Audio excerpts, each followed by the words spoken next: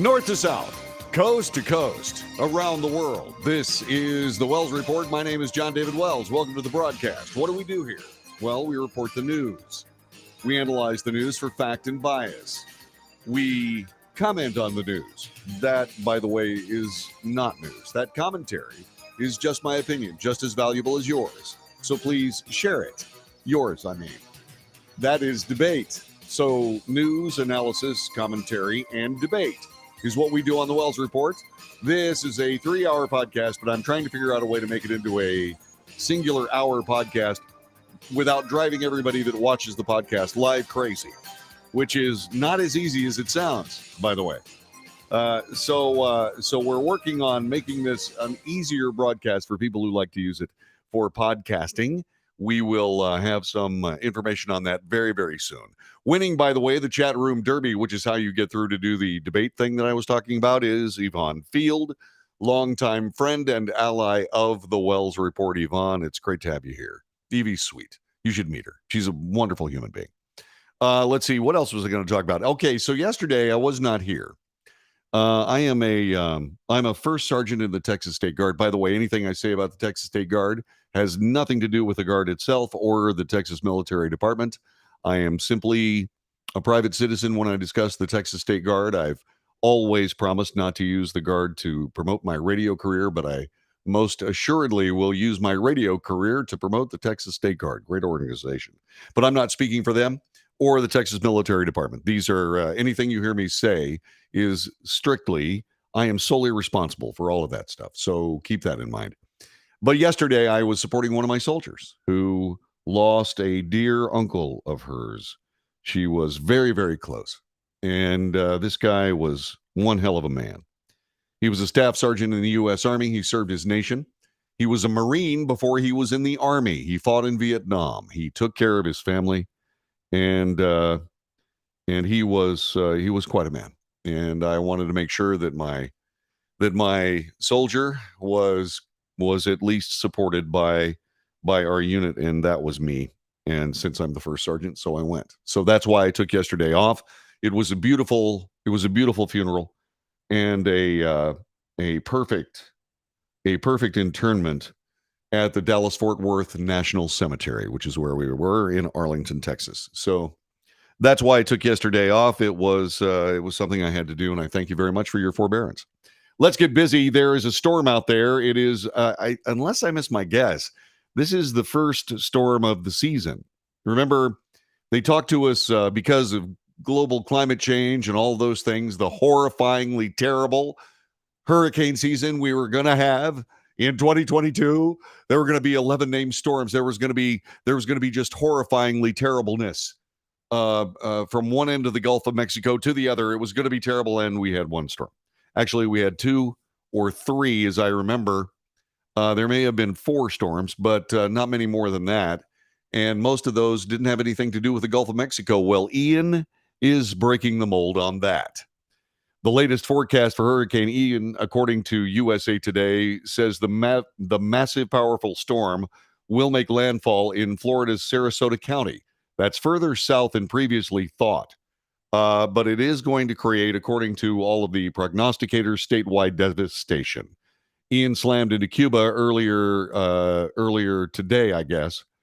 Category 3 monster pounding the island with 125 mile-an-hour winds. That's serious.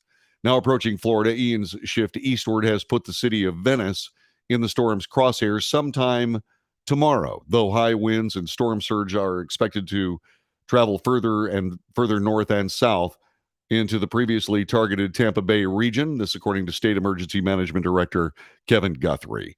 Hundreds of thousands of Floridians face mandatory evacuation orders as the National Hurricane Center expanded the hurricane warning along more than 150 miles of the state's Gulf Coast. Power outages can be expected statewide. Florida Power and Light has warned. Along with howling winds, parts of central Florida could see 12 to 16 inches of rain, 2 feet possible in isolated areas, the Hurricane Center said. Florida Governor Ron DeSantis said there was potential for historic storm surge and flooding. In some areas, there will be catastrophic flooding and life-threatening storm surges. Because of the size of the storm, it's kicking up a lot of surge. The Gulf is going to be very, very angry as this comes in. Normally, the western coast of Florida, pretty mild, nice beaches. They don't really get hammered this hard very often, but this one looks like it's going to be serious. At 2 p.m. today, Ian was 265 miles south of Sarasota, driving sustained winds of 120 miles an hour. The storm was slowing slightly, moving north at 10 miles per hour. The Hurricane Center said the forecast continues to call for an extremely dangerous hurricane landfall southwest of Florida. Now, like I said, Tampa is probably not going to hit. It was originally the target, but will no longer be the most likely place. But local forecasters are saying lots of rain. AccuWeather senior meteorologist Dan Kotlowski, there we go, Kotlowski, said that Tampa will get a huge storm surge, but nothing like the anticipated earlier forecast. It's very possible this thing could kind of wobble a little bit further north than what the computer models are suggesting. They are saying, by the way, this is kind of an interesting track this storm is taking. Normally, what will end up happening is these storms, when they come toward Florida, will just cross the peninsula, head into the Atlantic, reform, and then move as they follow the Gulf of Mexico. But this one is expected to go almost due north across the Florida Panhandle and into Atlanta, the Atlanta area through Georgia. So it's going to be a very serious storm for a lot of people. FEMA Administrator Dean Creswell, speaking at a White House briefing, said the storm will make landfall somewhere between Tampa and Fort Myers. The entire state will be affected. Everybody needs to stay focused, she said. By the time Ian reaches Florida, the storm will slow to approximately 5 miles an hour, which means the storm surge is important and a big concern. By the way, if you don't know how a storm surge works, the thing about a hurricane, it's like a suction cup. It's like a gigantic 100-mile wide suction cup, and it's actually a low pressure area that feeds on itself, which is why it rotates. And so what ends up happening is that actually pulls the water up. It actually increases the sea level underneath the storm. And as the storm moves in, that sea level is pushed into land and so on. And that's where the flooding and storm surge works. This was a huge deal during Katrina, as you might remember, because that storm surge is basically responsible for most of the damage that occurred in New Orleans, all the flooding and so on, all the levees that were overrun and so on. So when you start talking about these storms, it's more than just rain, it's more than just wind, although those things are bad enough. The storm surge is very serious. Again, with Hurricane Harvey a few years ago hitting Texas, there were huge problems because of it, and Hurricane Harvey was a very serious storm. And so once again, we're not playing around with any of these. USA Today is talking about this storm surge, and also Fiona victims warn of a storm surge coming with a vengeance. Hurricane Ian's forecast path northward near Florida threatens millions, especially its potentially deadly and devastating storm surge that could push into bays and streams, flooding homes and businesses miles inland. All right, this also from USA Today. It would be the kind of life-threatening storm surge that would be kind of our worst-case scenario for the Tampa Bay area, said Kylie Delerme. She is a National Weather Service meteorologist. It's nightmare weather scenario that officials have feared for years for one of the nation's largest and fastest-growing metropolitan areas. Now, please understand, this is probably an older bit of journalism, an older story, because the storm is, as far as we know, moving slightly south as it continues to track. And we'll see where it goes. Videos over the weekend shows Fiona's surge ripping into the town, dragging homes into the sea. This in Port au Basque, Newfoundland. This is one woman who experienced Hurricane Fiona's storm surge firsthand. She spent the day reflecting on her newfound respect for these dangers. Yeah, these storms are serious. Those people that say, no, I'm just going to sit around, open my electric cabinet, and ride it out. Yeah, those are people that are ending up never being seen again in a lot of cases. And so you really have to take these storms seriously. You cannot imagine the kind of storm damage that happens. Hurricane Ike hit Galveston Island and basically cleared it off. The very few buildings that were left undamaged were the ones that had been left undamaged for decades, if not centuries, in Galveston Island. These are basically, for all intents and purposes, gigantic stone houses that have literally stood the tests of these storms for a century or so. But the stuff that had been built since then just got wiped away. It looked like total devastation. And so these storms are very, very serious. So if you ever happen to be in one of them, for crying out loud, do not, and I mean this is important, do not take these things lightly. Get out of town and do it quickly.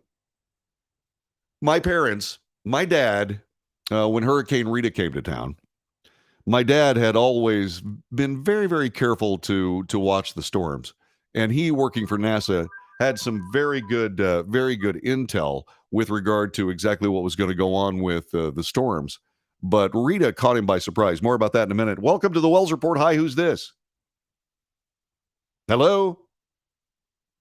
Hello? Earth to Enterprise.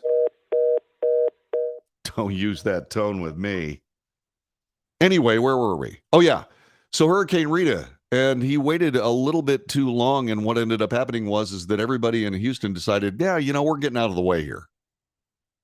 And they spent 18 hours on Interstate 45 and got about a mile and a half. And so what ended up happening was, that's true, there was no way to evacuate. And so what ended up happening was, first of all, they came up with a better evacuation plan. Second of all, Dad went back to the house, and fortunately, it stayed in one piece.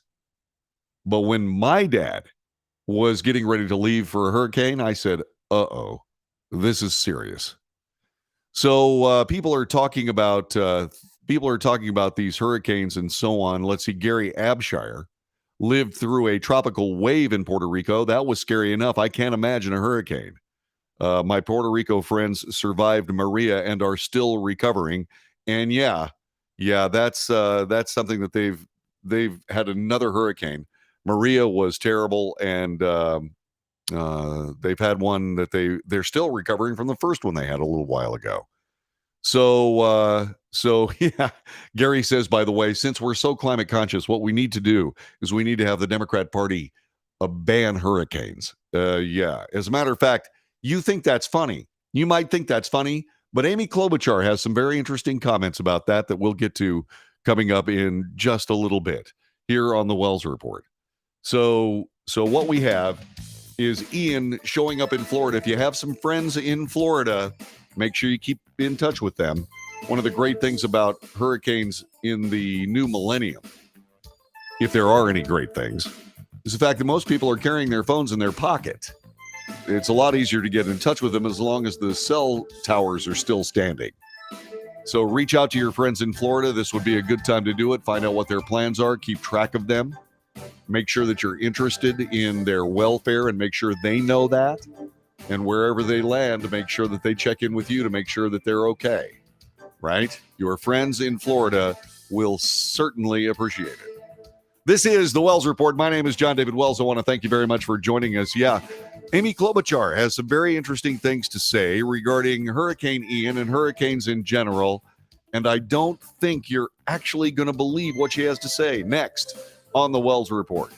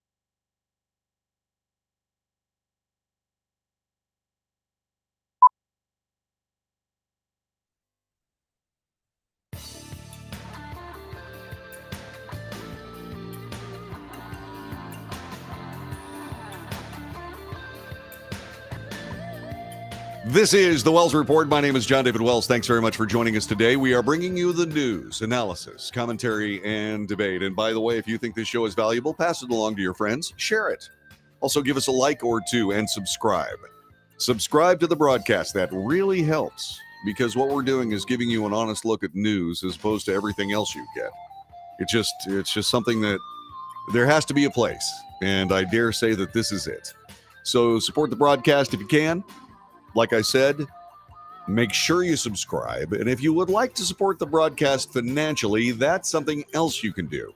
And you can do that by going to patreon.com/The Wells Report. patreon.com/The Wells Report. You can subscribe for $1, $2, $5, something like that. I'm serious. That's all you got. That's all it takes. If you can help us out, that would be absolutely and completely amazing. Speaking of amazing, it's amazing what people will do when they have what they consider to be a political opportunity.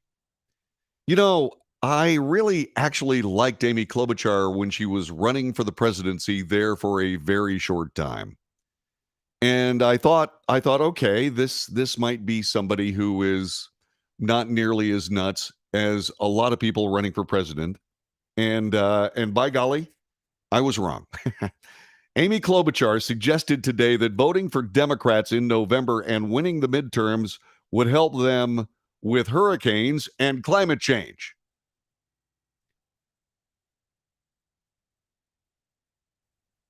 Anyway, we just did something about climate change for the first time in decades. That's why we've got to win the midterm elections, as the hurricane bears down on Florida. We've got to win the midterms. We understand that.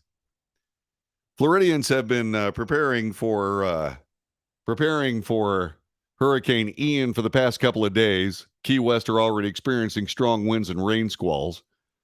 Morning Joe host Joe Scarborough told Klobuchar he wanted to celebrate bipartisan achievements in Congress and said the two things could be true at the same time. We could be facing a grave political crisis. Women could be facing a grave crisis when it comes to their own control over their health care. At the same time, Democrats and Republicans have figured out how to get quite a few things done over the year and a half, more so than I think probably since you have gotten into the United States Senate. Klobuchar said they defied all odds with President Biden, were able to get things done. He signed the Inflation Reduction Act, which, by the way, was something that Klobuchar was saying, well, we've done something for climate change. So which is it? The climate change bill or the Inflation Reduction Act? You decide. I have my own thoughts. She said Republicans were talking about a national abortion ban, blah, blah, blah, blah, blah. But I just want to ask you a little bit about this. I've been watching this idea for a long time that leftists believe that if you pay enough tax money to politicians, you'll be able to control the weather. And you know what? That is, what's the word? Actually, two words. Flamingly bogus. Yeah, we're not going to be able to control the weather for probably another century or so. It depends on how quickly the technology curve continues to accelerate, but I'm pretty sure we're not going to be able to control the weather until maybe never. Certainly, we're going to be gone before that actually happens. And by the way, why would you want to trust leftists responsible or at least represented by the Democrat Party? The Democrat Party cannot control anything. They can't control the FBI. They can't control the DOJ. They can't control any aspect of actually following the Bill of Rights. You know, it's like they can't control their spending. They just can't control anything, but they expect us to give them money so that they can control the weather, huh? Yeah, if everybody's driving an electric car, then we don't have to worry so much about climate change, because there will be less carbon dioxide in the air and therefore the hurricanes will disappear. Well, that's good, because if the hurricanes do show up, how are you going to get out of town if the charging stations are all flooded out? This is the Wells Report. Back with more in a moment.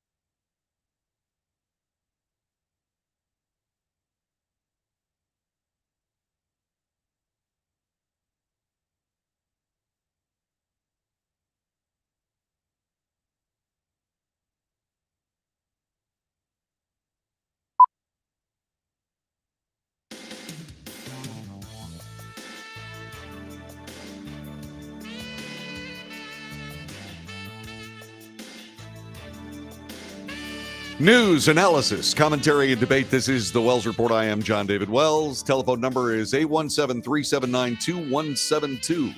817-379-2172. Give us a call. We'll be more than happy to chat with you. You can tell us what you think.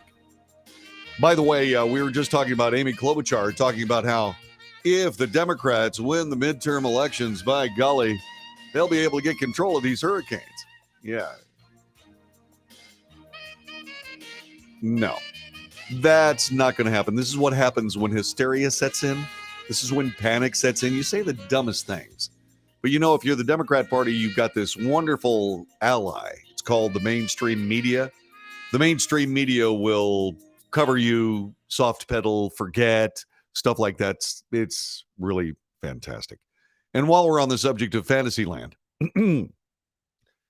as Hurricane Ian turns closer to the U.S., Florida's theme parks are preparing for its arrival.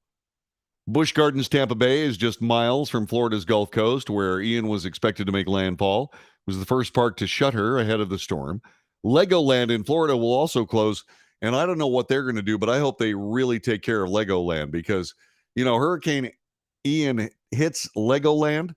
I mean, Floridians will be walking around barefooted on those little Legos, and boy, they hurt. For decades. Precautionary measures are underway elsewhere, including Walt Disney World. There are several closures there. Everything revolves around the safety of our guests and our members, said Universal Orlando Resort. That's in a statement. Busch Gardens, to ensure the safety of our ambassadors, guests, and animals, as Hurricane Ian moves through Florida. Busch Gardens will be closed today through Thursday, the 29th. The safari-inspired park houses a wide array of animals, including penguins, lions, and giraffes. In an email to annual pass holders, Busch Gardens said the tickets for all canceled dates would be automatically extended through the end of the year. And annual pass member guest tickets expiring September 30th will be extended through October 16th. Guests with ticket questions can email Busch Gardens and get the information. SeaWorld Orlando is closing. Aquatica Orlando and Discovery Cove will be closed Wednesday and Thursday, tomorrow and the next day.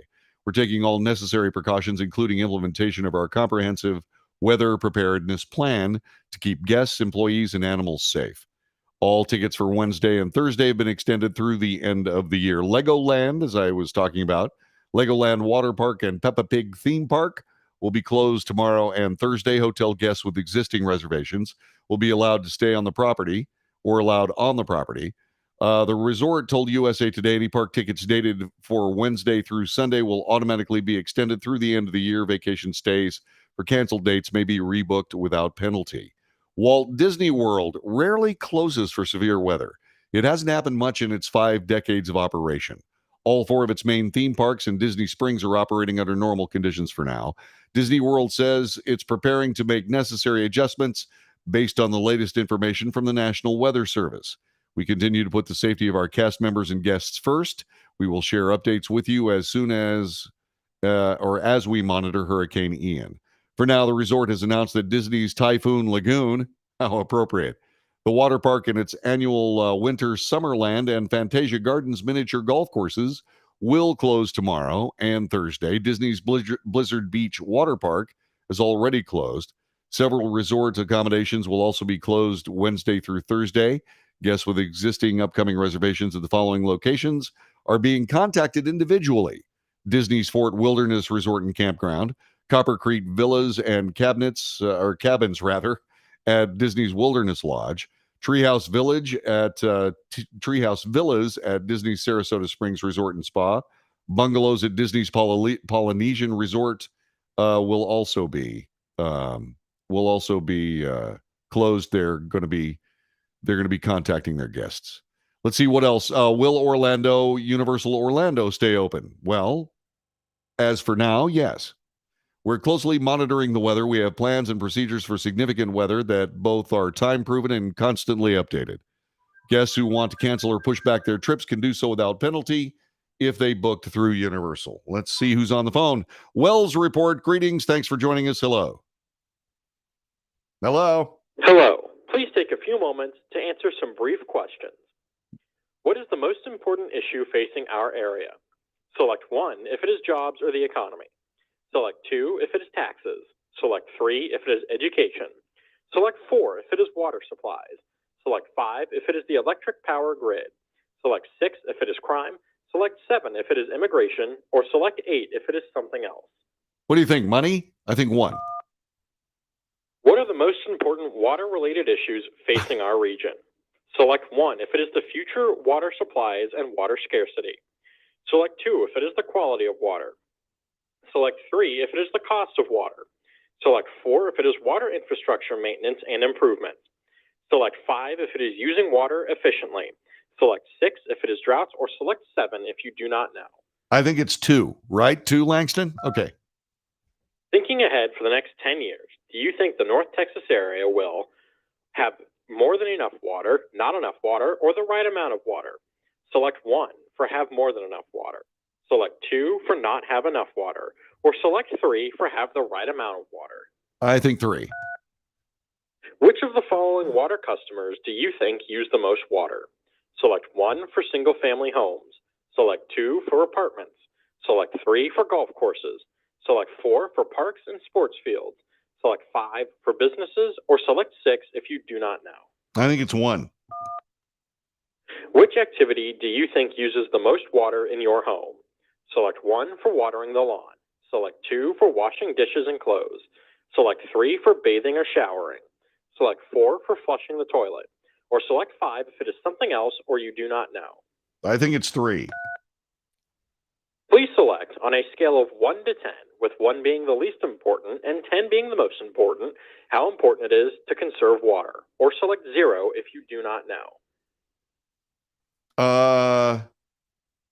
What is it? How to conserve water? Which is it? Please select on a scale of 1 to 10, with 1 being the least important and 10 being the most important, how important it is to conserve water. Or select 0 if you do not know. I think it's about 6. Do you agree or disagree with the following statement? Conserving water is as important as conserving energy. Select 1 if you strongly agree. Select 2 if you somewhat agree. Select 3 if you neither agree or disagree. Select 4 if you somewhat disagree, or select 5 if you strongly disagree. 4. Do you agree or disagree with the following statement? Water conservation should be taught in public schools. Select 1 for strongly agree. Select 2 for somewhat agree. Select 3 for neither agree or disagree. Select 4 for somewhat disagree, or select 5 for strongly disagree. Strongly disagree. Have you seen, read, or heard any ads or public service messages with the theme, Water is Awesome? Select 1 for yes, select 2 for no, or select 3 if you are unsure. No.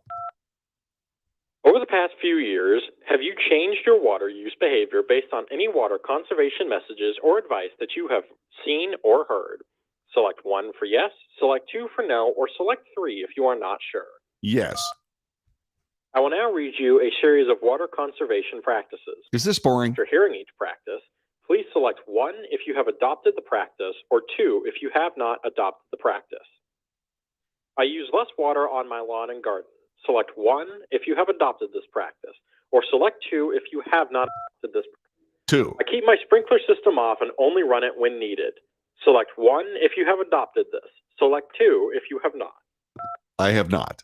You only wash full loads of laundry or dishes. Select 1 if you have adopted this practice. Select 2 if you have not. 1. I only do full loads of laundry. You have started using native and adapted plants in your landscape. Select 1 if you have adopted this practice. Select 2 if you have not. What? I'm sorry, what? Repeat. You have started using native and adapted plants in your landscape. Select 1 if you have adopted this practice. Yes. Select Yes, 2. I have. You installed a smart sprinkler controller. Select 1 if you have adopted this practice. Select 2 if you have not. No, I haven't, because I don't want anything You that's smarter replace than older me. fixtures or appliances with new and more efficient ones. Select 1 if you have adopted this practice. Yes. Select 2 if you have. Yeah. You turn off the tap water when brushing your teeth. Select 1 if you have No. adopted this. No, I don't. You have checked for and or fixed your leaks. Select Yes. 1 if you have adopted. Do you water your yard regularly using either a sprinkler system or garden hose? Yes. 1. Do you water your lawn twice a week or less during the summer months? No. Select 1. Yes. Do you adjust your sprinkler system programming based on changes in the weather, or do you leave it the same all year long? Yes. Select. I will now read you a series of reasons for which you may adjust your sprinkler programming. After hearing each reason, please select 1 if you adjusted your programming, or 2 if you did not. A recent rain event. I'm done. My eyes glazed over after about the 7th or 8th question. How about you? Okay. Yeah, I decided I wasn't going to let my lawn die. Yeah, because I have an HOA, and sod's expensive, and since I'm not really working and haven't been for a while, not because I didn't have a job, I did have a job, but I didn't take a paycheck for a couple of years. I'm not going to replace the sod in my front lawn, and so there you go. Let's see. If I'd have said no for the first 5 questions, the call would have ended sooner. Okay. All right. Margie said that was boring, so I'm gone. All right. So look, all I wanted to do was just let you know that the phone works. So you can, by all means, join us on the phone if you want to. And yeah, I feel like kind of a, I gotta talk to you about this. Okay. First of all, what is the most plentiful substance on the planet? What is it? That's right. Water. Water is the most abundant substance on the planet because it's more dense than, say, nitrogen. It's even more dense than our atmosphere. It's more plentiful than our atmosphere. Okay, so what this water thing is all about, I have no idea what they're talking about. I have no idea at all. All I can tell you is carbon. Well, no, carbon is not it. It's actually water. And by the way, because of the way the planet actually works, see, I took earth sciences when I was in high school. Earth sciences, I guess, isn't taught anymore. Okay? I have no idea why it's not taught anymore. All I'm trying to say is the planet is covered with water. Yvonne says 70% of the planet is covered with water. We don't have any problem with water. Sun hits the water, it evaporates, it goes into the atmosphere, it clumps, it comes back down on the land. The land uses the water to make itself green and luscious in most places except for deserts. And then the water flows back into the ocean and everything starts over. Okay? Honestly, there's plenty of water. The only problem there is with water is the way it's managed. Okay? That's the only problem with it. Like, for example, everybody says, have you noticed that Lake Mead in Nevada is getting close to empty? Now, I don't know why this is, because they're having record snowfall in Colorado. It doesn't make any difference whether they have record snowfall in Colorado or not. The reason that Lake Mead is empty is because the dam is open. Now, it's either open because they're making lots of electricity, or they're manipulating water levels in Lake Mead for other reasons. Can you think of anything in the United States that might be manipulated for other reasons?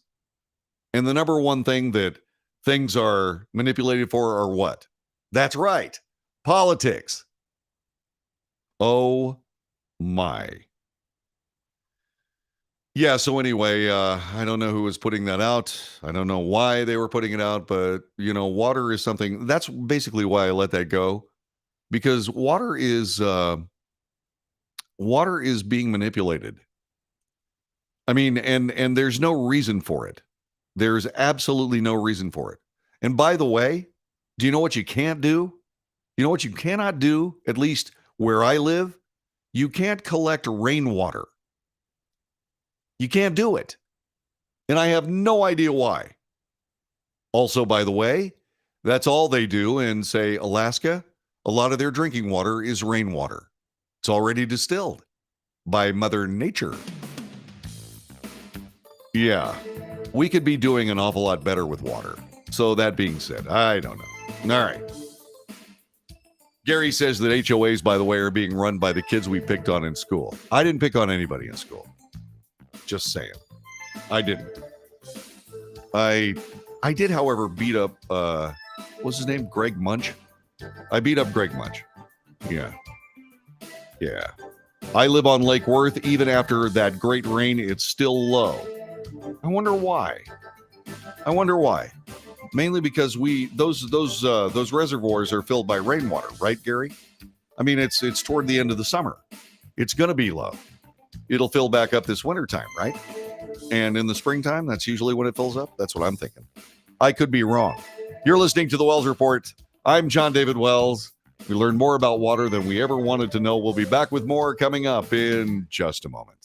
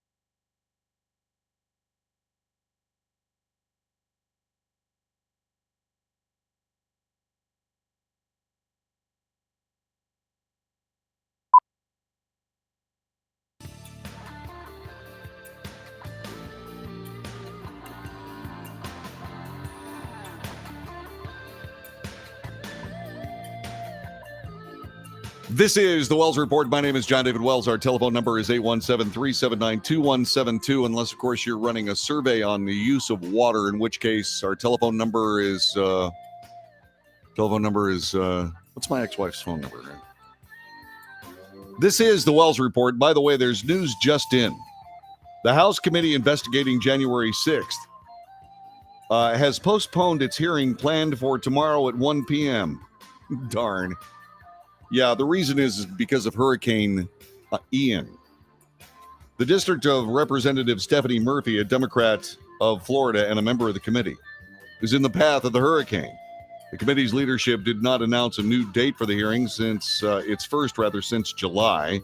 The committee has not yet specified what topics it intends to cover. In light of Hurricane Ian bearing down on parts of Florida, we've decided to postpone tomorrow's proceedings.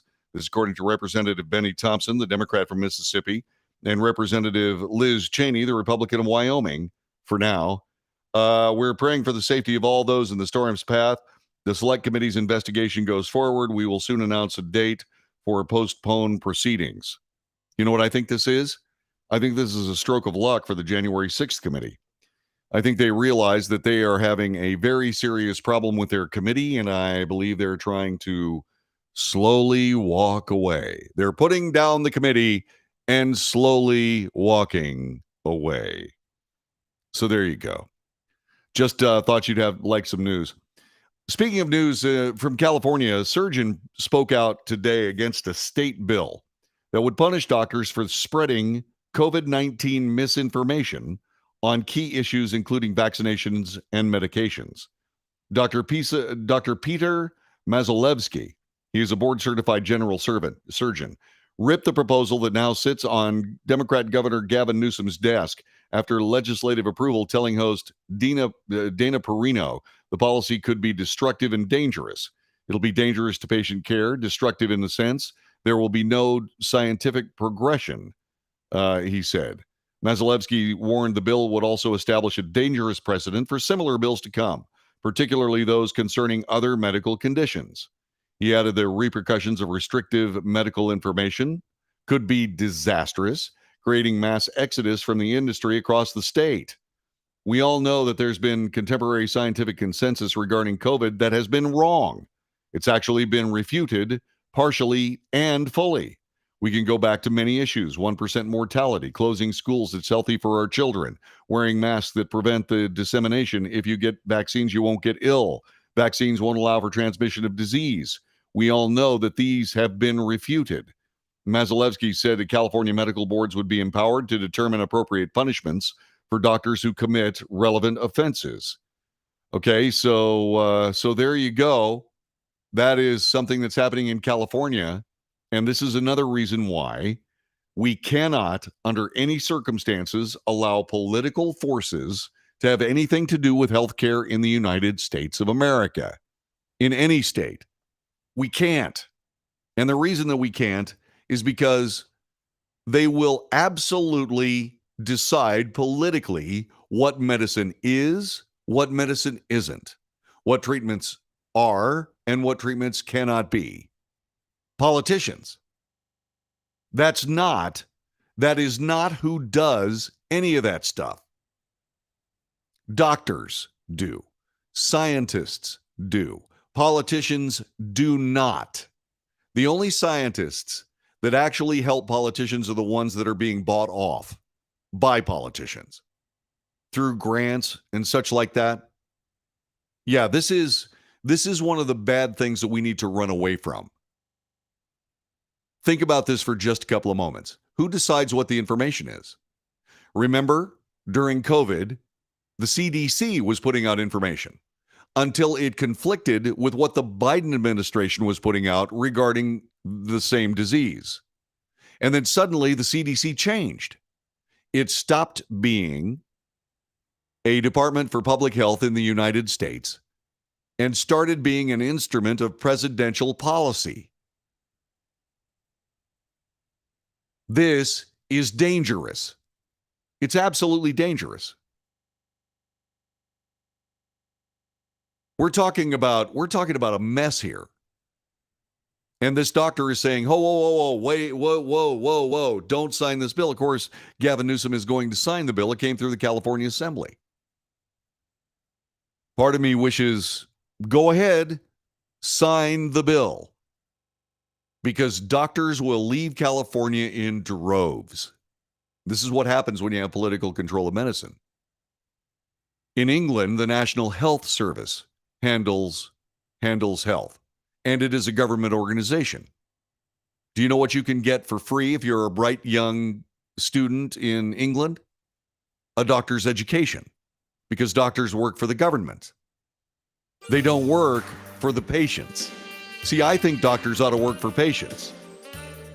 But then again, that's because I want to live longer. Just saying. Yeah, California is becoming a nemesis of all things American. Don't you think? Yeah. Yeah. For those people that honestly believe that Obamacare is a good idea, no. No. Obamacare will flat kill you. That is all there is to it. We have proof. We have absolute proof. All you got to do is realize that what you are actually reading is actually true, as opposed to all of the manhandling and misinformation that comes out because of politics. This is the Wells Report. We'll be back with more coming up next hour. You stay where you are.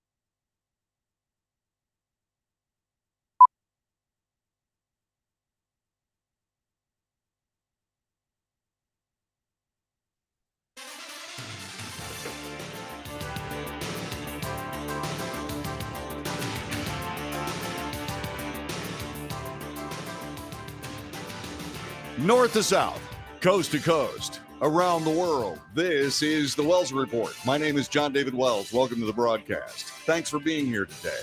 We bring you the news, an honest approach at real reporting of the news. We analyze the news for fact and bias. We point out both. We make commentary. That's not the news. That's just my opinion. And by the way, my opinion is just as valuable as your opinion. By all means, share yours, and that's debate. And that's what we have. News, analysis, commentary, and debate. Give us a call, 817-379-2172. Or you can make sure that you get in touch with us via the chat room. Chat room's flying on Facebook, YouTube, Twitter, Twitch. I've got to get this broadcast on Rumble. I haven't been able to decipher the Rumble thing yet, but I will, by gum. This is the Wells Report. Thanks very much for joining us. This hour, we're going to spend a little bit of time talking about a Catholic pro-life activist. He was, and you may have heard about this, arrested by the FBI the other day. He prays in front of an abortion clinic in Philadelphia. He was arrested by at least 20 SWAT team members. This happened last Friday for an alleged physical assault of a Planned Parenthood clinic escort last year. So this is a Planned Parenthood clinic escort. And apparently Mark Houck, he's 48 years old, of Kintersville, Pennsylvania, who disputes the allegations, is the co-founder and president of the Catholic ministry, the King's Men, which aims to give spiritual information to Catholic men. News of Houck's arrest, this happened Friday morning, was widely shared on social media after well-known Catholic speaker Chris Stefanik posted about it online. Houck's wife, Ryan Marie Houck, told the Catholic News Agency about the arrest on Friday. Quote, "A SWAT team of about 25 came to my house with 15 vehicles and started pounding on our door. They said they were going to break it in if he didn't open it. And then they had about 5 guns pointed at my husband, myself, and my kids." She said that multiple agencies were present at the arrest. She was handed a warrant after she requested it. Stefanik called the arrest government-sponsored bullying and intimidation. The FBI confirmed to the Catholic News Organization last Friday that Houck was arrested outside his residence without incident. In a press release, U.S. Attorney's Office for the Eastern District of Pennsylvania said that Houck is being charged with a violation of the Freedom of Access to Clinic Entrances Act, commonly referred to as the FACE Act. The federal indictment says that Houck twice assaulted a 72-year-old man who was a patient escort at a Planned Parenthood clinic at 1440 Locust Street in Philadelphia on October 13th, 2021. According to the indictment, Houck shoved the escort, identified only with the initials BL, to the ground as BL was attempting to escort 2 patients. Houck also verbally confronted and forcefully shoved BL to the ground in front of Planned Parenthood the same day, according to the indictment. The indictment says that BL was injured and needed medical attention. Brian Middleton, the Houck family spokesperson, maintained the injury was minor, requiring a Band-Aid on BL's finger. So what's going on now is the Fox News is all over this. The FBI and Department of Justice, this according to Greg Jarrett. Greg Jarrett is issuing, this is an opinion piece here. Let me see if I think I got these stories out of order. Let me do this. No, okay. Greg Jarrett is somebody I respect a great deal. He does an awful lot of the same work I do. The FBI, Department of Justice, seem to not care about the escalating attacks on pro-life pregnancy centers or violence against anti-abortion activists, but do not oppose the pro-choice movement, or Attorney General Merrick Garland and the FBI Director Christopher Wray will come down on you with the full force of the federal government like a ton of bricks. What happened to Catholic pro-life activist Mark Houck is just the latest example of the thuggish tactics employed by the DOJ and the FBI in their unequal application of law that frequently targets conservatives. Houck, a deeply religious founder of a ministry that mentors young Catholic men, was arrested at his Pennsylvania home by a phalanx of FBI agents last Friday. His wife said they pounded on the door around 7 a.m., pointed guns at her husband while his 7 frightened children looked on. The Bureau disputes that heavily armed SWAT team descended on the house, but there is no justifying the level of force that was deployed over a relatively minor offense that supposedly occurred a year ago. In September of 2021, Houck was involved in a verbal confrontation with a patient escort outside a Planned Parenthood clinic in Philadelphia. The disagreement evolved into a shoving match, although it's unclear who started the shoving. The alleged victim sued for money damages. The case was tossed out by a district court, according to Ryan Marie Houck. That's when Garland decided to resurrect the case and bring criminal charges against the husband. Instead of contacting his attorney to have his client turn himself in, a swarm of FBI agents came banging on his door and handcuffed him in front of his children. So according to Greg Jarrett, this constitutes the definition of excessive display of force that was wholly disproportionate to the circumstances. Sadly, this is what the government agents do these days, especially if you're a conservative or an advocate for life. There have been other people involved in the critique of this. The FBI's arrest of Mark Houck, the pro-life Catholic father of 7 who was arrested in Pennsylvania last week, is a, quote, loser case, unquote, that appears to lack the reasonable likelihood of success, according to a former prosecutor and legal expert. If the facts as the government alleges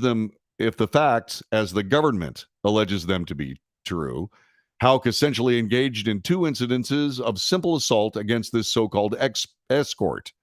I'm baffled that it would take the United States Department of Justice, where I used to work as a prosecutor, 337 days from the incident to the indictment, to prosecute somebody for 2 counts of simple assault. This according to Heritage Foundation senior legal fellow Cully Stimson, talking to Fox News. This is a loser case, and there's a strange thing about it. In the federal government, when you bring an indictment, you have to have a reasonable likelihood of success on the merits. That's the standard. And I think there are very factual questions that raise the issue of self-defense. There's also a statutory question of whether this so-called escort falls within the FACE Act. So I don't think there's a reasonable likelihood of success on the merits, said Stimson, noting that more facts might come out about the case in the coming days. Houck is a Catholic dad of 7 who would often pray outside Philadelphia abortion clinics. He was arrested in his rural Pennsylvania home in Kintersville by the FBI. The arrest reportedly stems from an altercation he had with a Planned Parenthood escort in Philadelphia in 2021.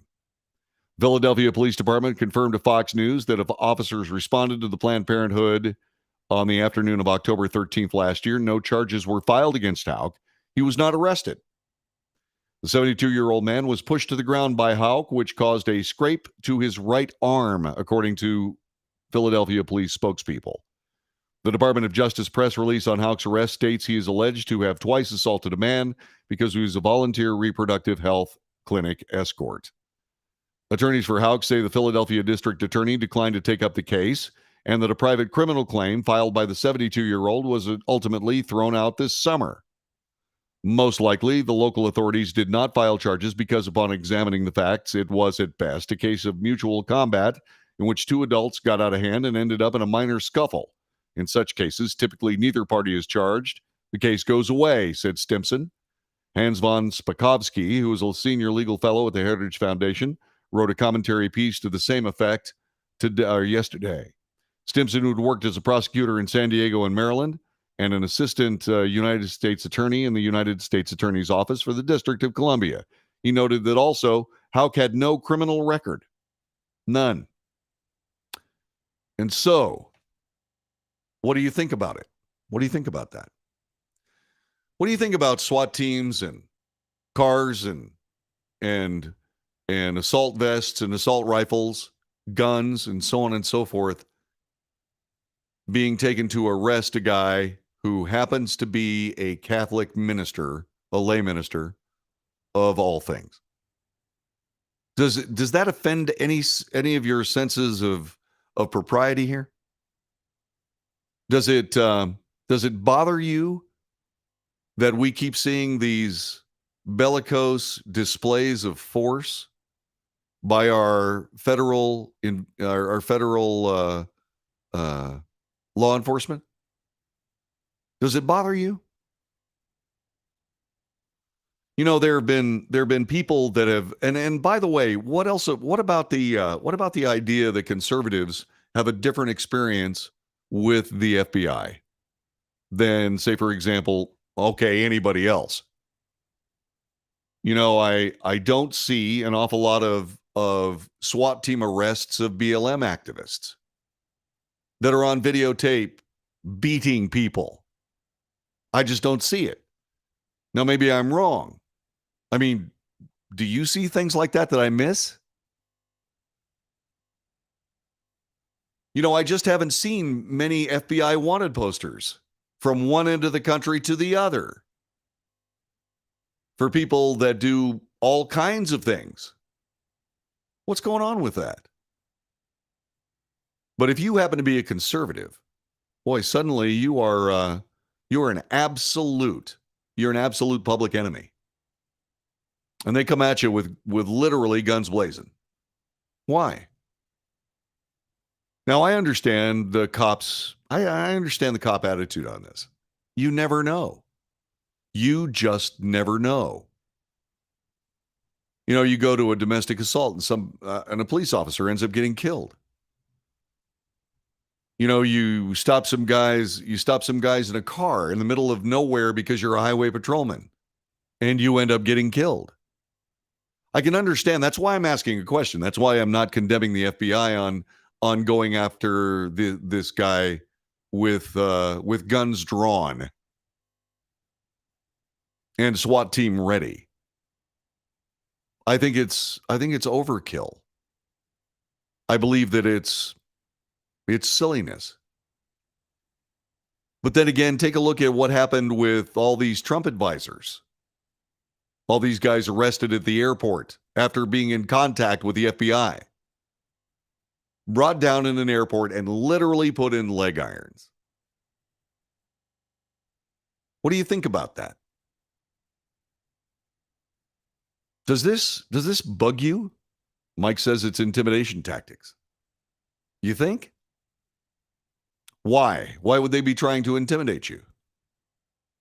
So that the political imperative can move forward without even an argument in a country that is built around the idea that free speech, a free press, and free practice of religion happen to be foremost in all the rights given to us by God and not the government of the United States? Why is it that all of these boxes are checked one after the other when it comes to conservatives, and leading to arrest, but not anybody else? You are listening to the Wells Report. My name is John David Wells. Our telephone number is 817-379-2172. What do you think? What do you think about this? I would sure like to know what's on your mind when it comes to the FBI and all of these things. Somebody says, well, it's obvious they're trying to silence the dissenters. Is that what's happening? Is this all about silencing dissent? In a country with the First Amendment as the most important right on the Bill of Rights? Just exactly why is it that they believe they can get away with all this? I guess there's no one to stop them. You're listening to the Wells Report. We'll be back with more in just a moment.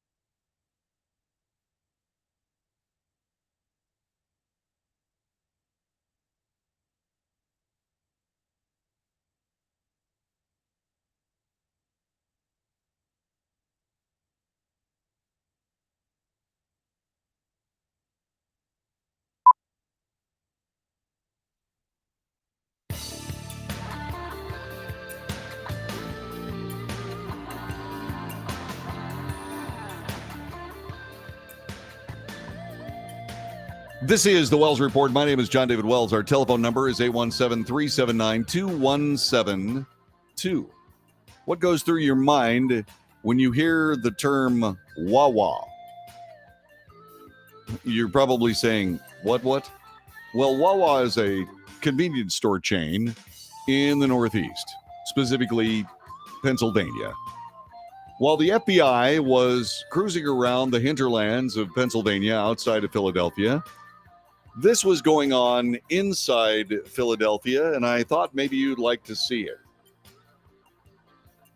Yeah, about 100 people moved into the Wawa store and started ransacking it. All right, about 100 suspects, mostly juveniles. Anyway, the footage shows the people pouring into the store. They loaded food, drinks, other items. A separate clip showed people jumping on top of vehicles outside the store. The incident occurred at roughly 8:15 Saturday. Police are looking for 100 suspects. I know there are several parents that'll look at this and say, that's not how I raised my kids. And that's understandable, but there's also responsibility to then identify your kids to us. This, according to Deputy Police Commissioner John Stanford. The bottom line is we can't have this type of behavior happening in the city. The business community doesn't deserve it. Citizens don't deserve it. All right? So that's what's going on. Police say that they're working with the district attorney's office to determine charges for the suspects. They say one potential charge is rioting, which is a felony. Wawa released a statement saying they are working with law enforcement to identify suspects, working closely with law enforcement to support the efforts to bring all the perpetrators to justice as soon as possible. We remain committed to protecting our associates and our customers and ensuring a safe, welcoming environment for all of their customers. So the FBI is out there arresting a Catholic minister, a lay minister, for a bump and run outside of a Planned Parenthood abortion clinic. Meantime, these kids are wandering around and essentially looting whenever they decide to. They just happen to be a group of people and they go, well, you know what? I think we're going to go into this Wawa and take anything we want. Now, I don't know. I was just wondering, did those kids look like conservatives to you? Do you think if they were conservatives that the FBI would be interested? 817-379-2172. 817-379-2172. Do you think that if those people were conservatives, do you think the FBI might be interested in responding? Now, you got to keep something in mind. You got to keep something in mind there. The FBI didn't respond to all the BLM riots around the country. Why would they respond to this one? No, when it comes to a shoving match outside of a Planned Parenthood, that's what the FBI is interested in. But the rest of this, it's no big deal. Or am I missing something here? I'm just asking.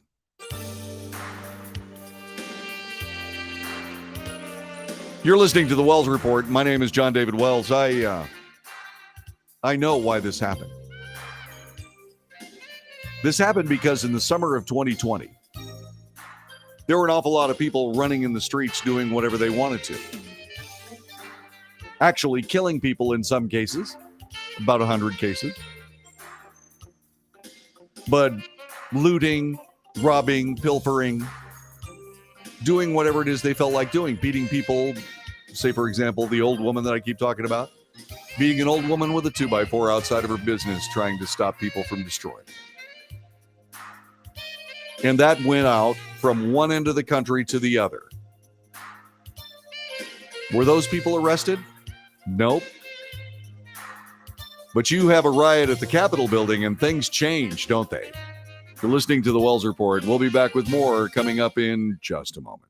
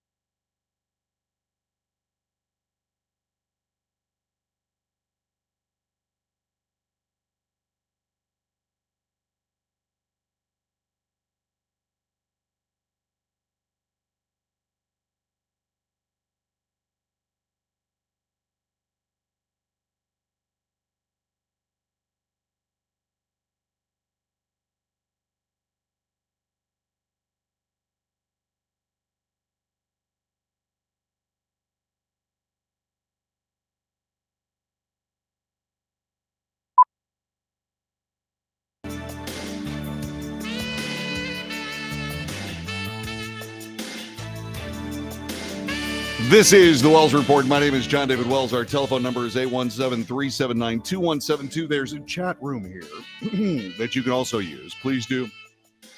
And whatever you do, support the broadcast. This is a great way to find out what's going on in the nation. It happens every day between 2 and 5, Monday through Friday, in the Central Time Zone, 2 to 5 p.m. Central Time Zone. We bring you the news, we analyze it for fact and bias, and we make commentary and we debate. It's what we do. And you can use the chat room on Facebook, YouTube, Twitter, and Twitch, and you can call 817-379-2172. If you think this show is valuable, share it with your friends, subscribe, give us a like or two, and tell your friends about this broadcast. The Washington Post is reporting that a public interest lawyer in Indiana is suing to block President Biden's plan to cancel student debt, arguing the policy will force him to pay state taxes on the forgiven amount. The lawsuit, filed in a U.S. District Court for the Southern District of Indiana, is the first significant legal action seeking to invalidate President Biden's policy before it takes effect. The Pacific Legal Foundation, the conservative public interest law firm in California, is backing the new lawsuit. They assert the executive branch lacks the authority to create a new forgiveness policy and is usurping Congress's power to make law. Plaintiff Frank Garrison works for the foundation. The argument is in line with other objections to the plan, but the foundation may have found the one thing legal experts said was needed to make a legitimate case: a client with standing to sue. Garrison said he'd been working toward having his federal student loans canceled through a program that erases the debts of public servants after 10 years of payments and service. Participants in that public service loan forgiveness program do not have to pay federal or state taxes. However, Biden's plan could result in borrowers in several states, including Indiana, being required to pay local tax bills. The plan that would cancel up to $10,000 in federal student debt for borrowers who earn less than $125,000 a year or less than $250,000 a year for married couples. Those who receive Pell Grants, federal aid for lower income students, could see up to $20,000 in forgiveness. Since Biden's plan would take effect before Garrison's debt is forgiven through the public service program, Garrison said he expects to pay more than $1,000 in state income taxes for the $20,000 of forgiven debt. Frank is not only somebody who's harmed by this, but he's also somebody who believes the cancellation plan is deeply wrong, said Steve Simpson, a senior attorney at the Pacific Legal Foundation representing Garrison. One really big difference between the program Frank is participating in and the Biden program is that one was passed by Congress. See, this is a problem. We knew this was going to happen. I was surprised that it took this long. And I'm also surprised that it took a public interest lawyer in Indiana to do it. It seems as though you'd expect something to happen a lot closer to Washington, D.C., for example, because the Congress of the United States has the power of the purse, not the president. The president was using emergency authority that he granted himself for COVID-19. Well, he said famously a couple of weeks ago, or actually a little more than a week ago, well, the COVID pandemic's over. Yeah, it's over. Okay, so all the emergency use proclamations and so on and so forth, the emergency powers are all gone then, right? Well, what's all this about? I mean, it's not something that he can do. Even Nancy Pelosi said so. That's something that Congress has to do. White House Press Secretary Karine Jean-Pierre told reporters, anyone who does not want to get debt relief can opt out. That's the solution. Well, maybe the solution for one guy, but not the solution for the egregious, unfair garbage that surrounds this particular idea. And oh, by the way, it's simply unconstitutional. The vast majority of eligible borrowers will have to apply for debt cancellation when the Education Department releases the form next month. 8 million people whose income information is already with the department may receive automatic relief, but they don't have to accept it. Lawrence Tribe, a Harvard University professor close with the Biden administration, said the foundation's theory of standing may be a stretch, but it's not beyond the realm of possibility. Garrison could prove that he would be better off if Biden's plan were never created. Tribe said no one is forcing him to apply. He said the merits of the case are weak because the legal grounds for the plan are solid. I don't see how they can say that. I don't see how this can be done by executive fiat. If you happen to know how it could be done, please let me know. Please let me know. 817-379-2172. The Justice Department, for its part, released a 25-page memo last month. The president's action is allowable under a 2003 law that gives the executive branch broad authority to overhaul student loan programs. Okay, so it's not, I guess, a COVID-19 problem. So they found their way around that, I guess, because I think that's what they were basing it on, wasn't it? The law is known as the Higher Education Relief Opportunities for Students Act. Higher, HEROS. Heroes. How cool.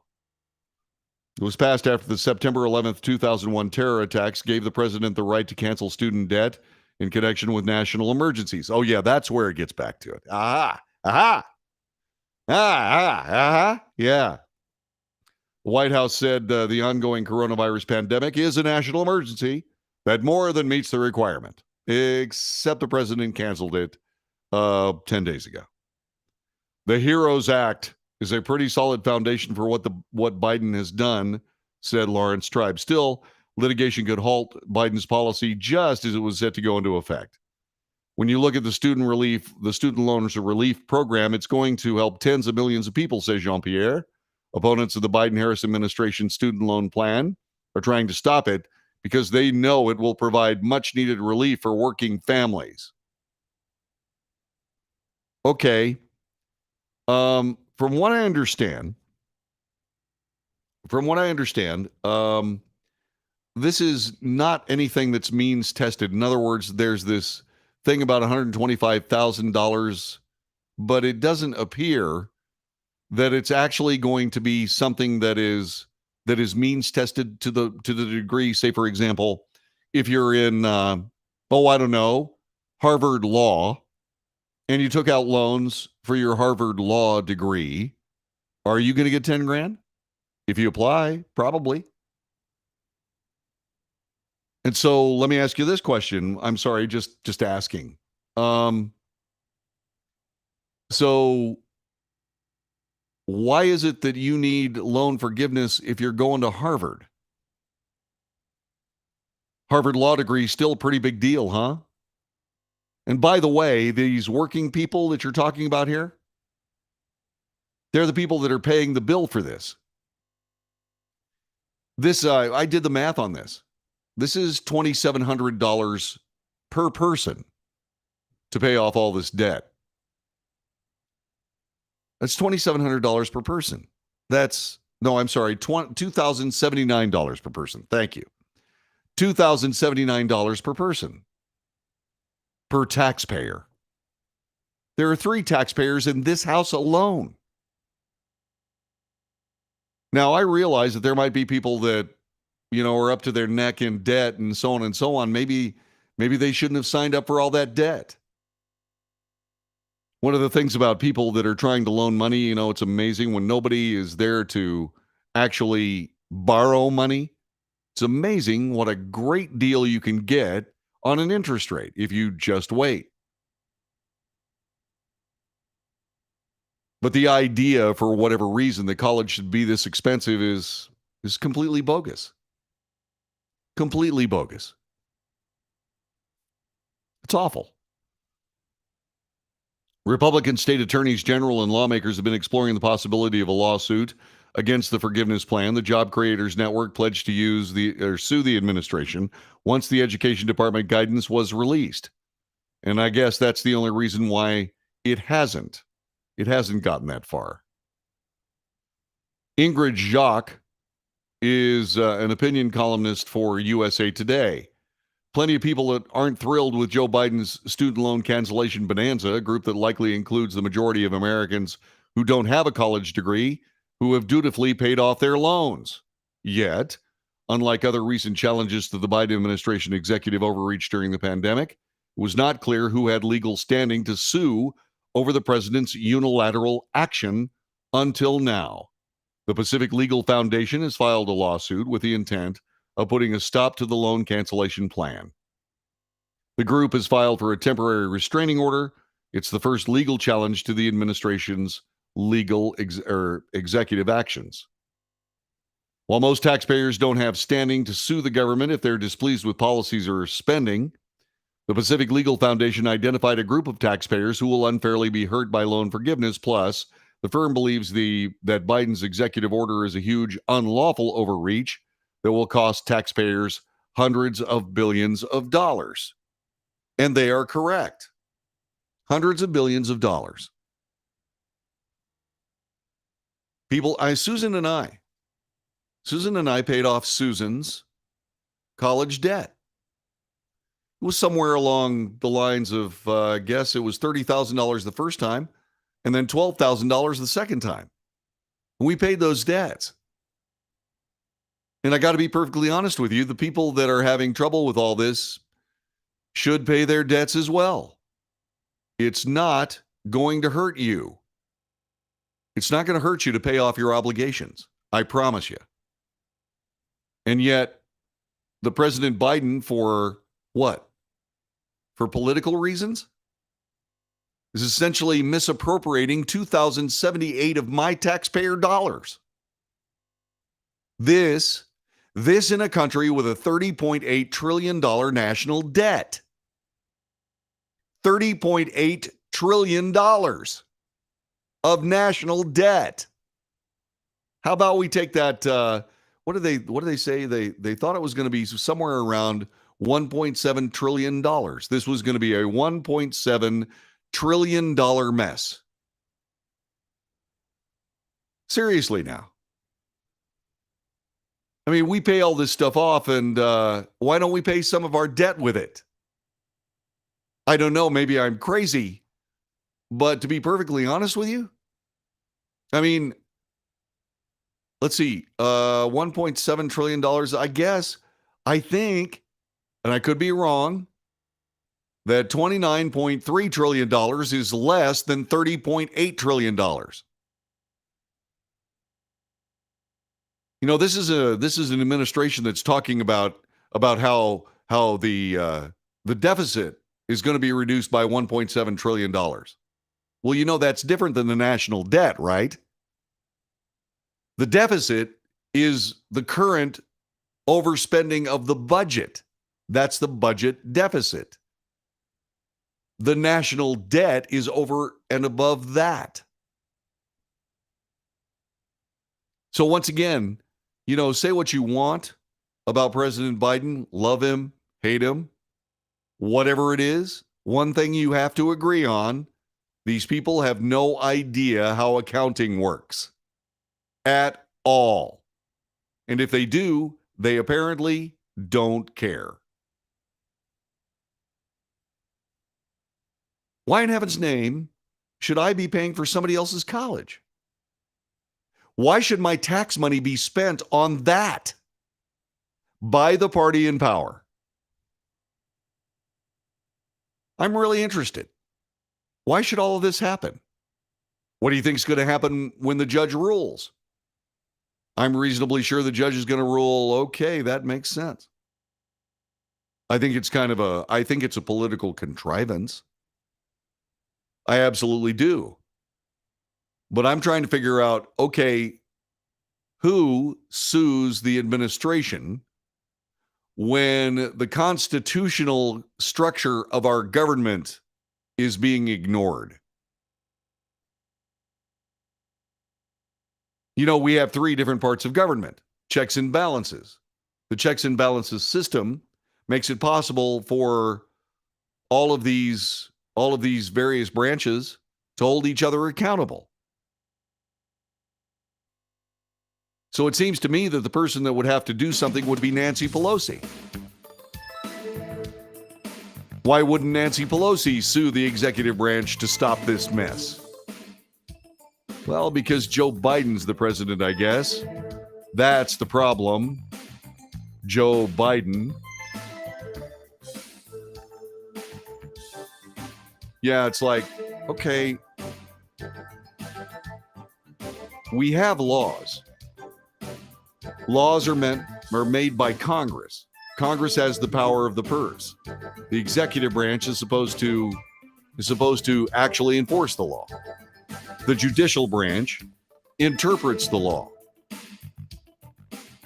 So someone needs to interpret this to me, because nowhere in there does it say the president of the United States sitting behind the Resolute desk gets to spend $1.7 trillion to buy votes with. This is the Wells Report.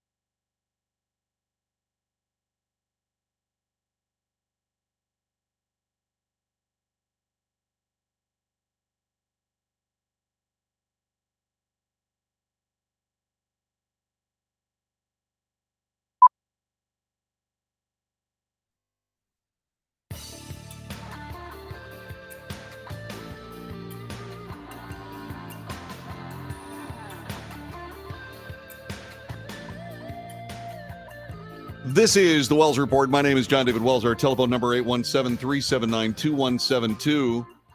While we're on the subject of students and loans and essentially walking away from your responsibilities, Katie Stanton and Aaliyah Wong of USA Today write the following.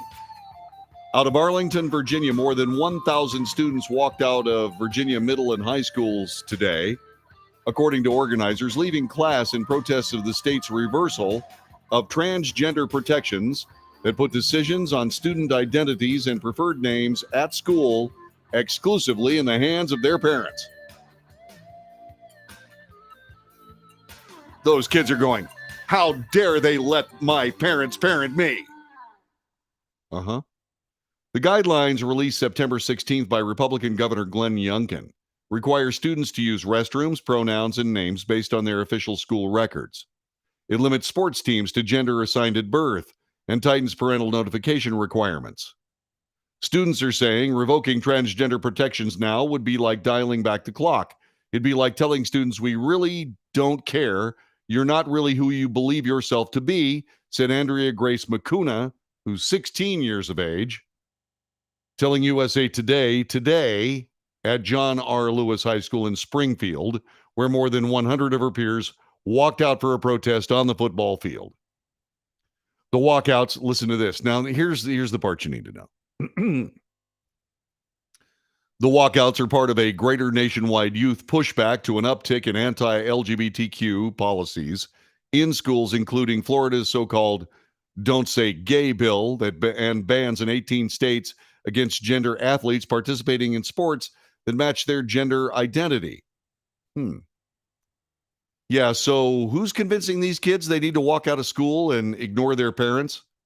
Why, it's the Pride Liberation Project, a youth-led LGBTQ advocacy nonprofit, helped organize the walkouts throughout the day at more than 100 schools and said over 1,000 students participated today.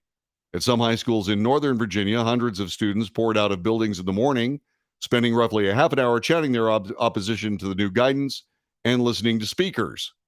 Who are the speakers?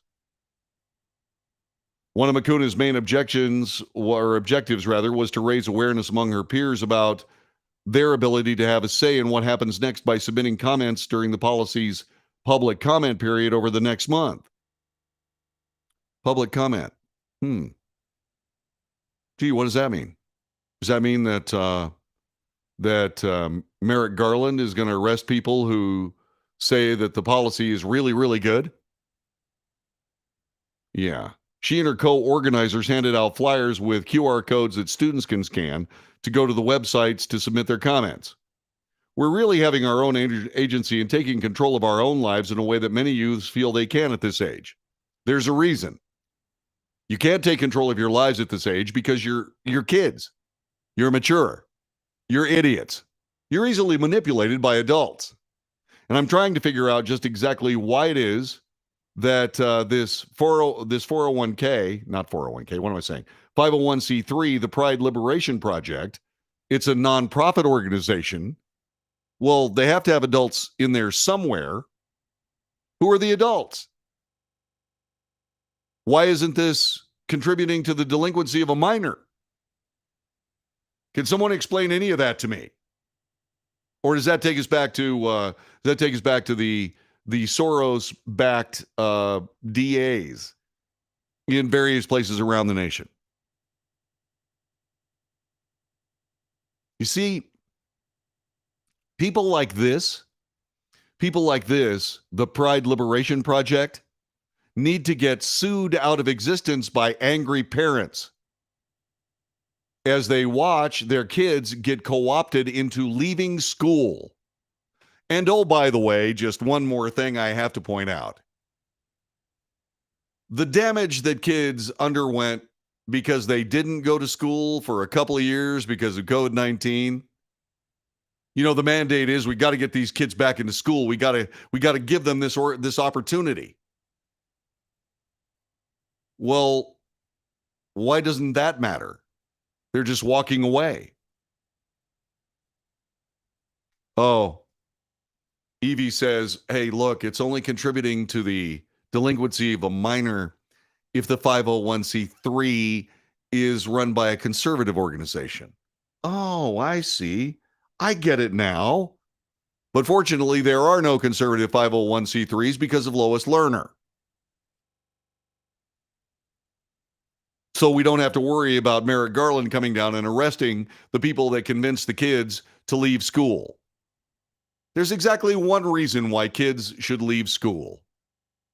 And that is because their parents realize that public schools are dens of idiots just like this.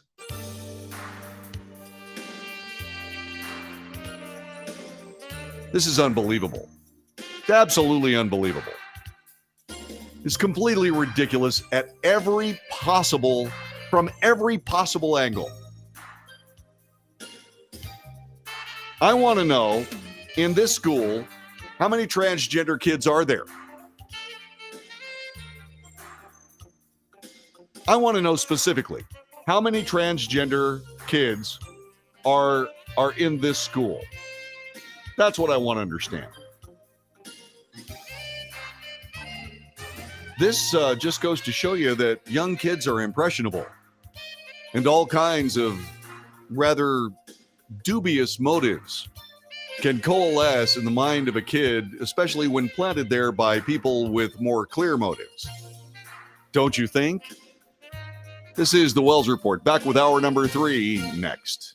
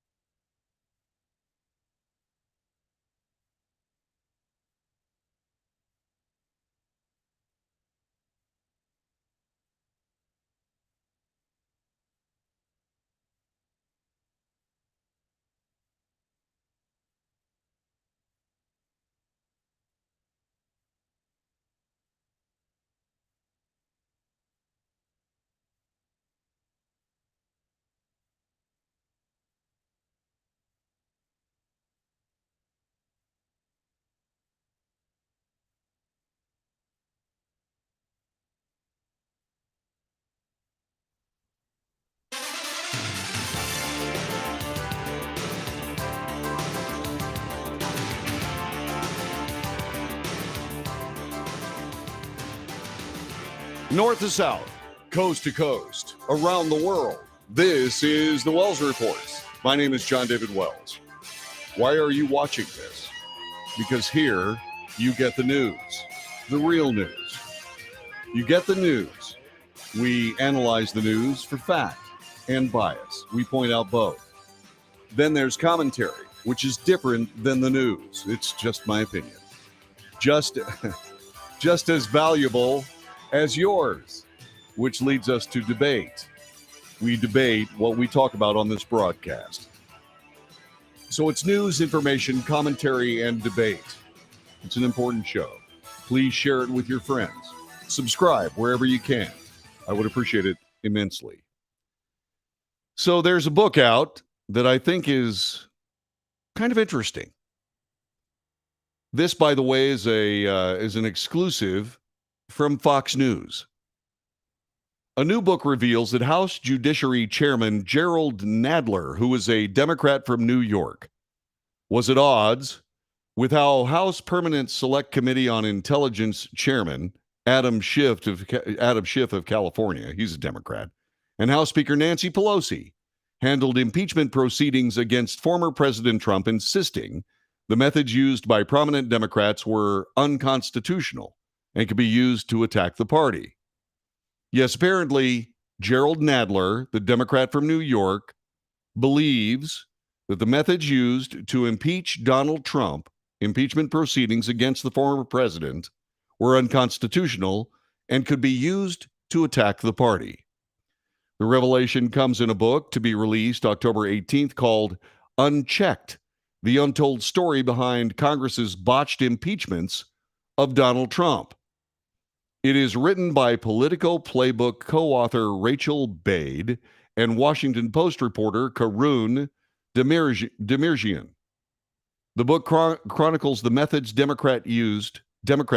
book chronicles the methods used. The book chronicles used. Okay, take 3, 4. The book chronicles the methods Democrats used to target Donald Trump.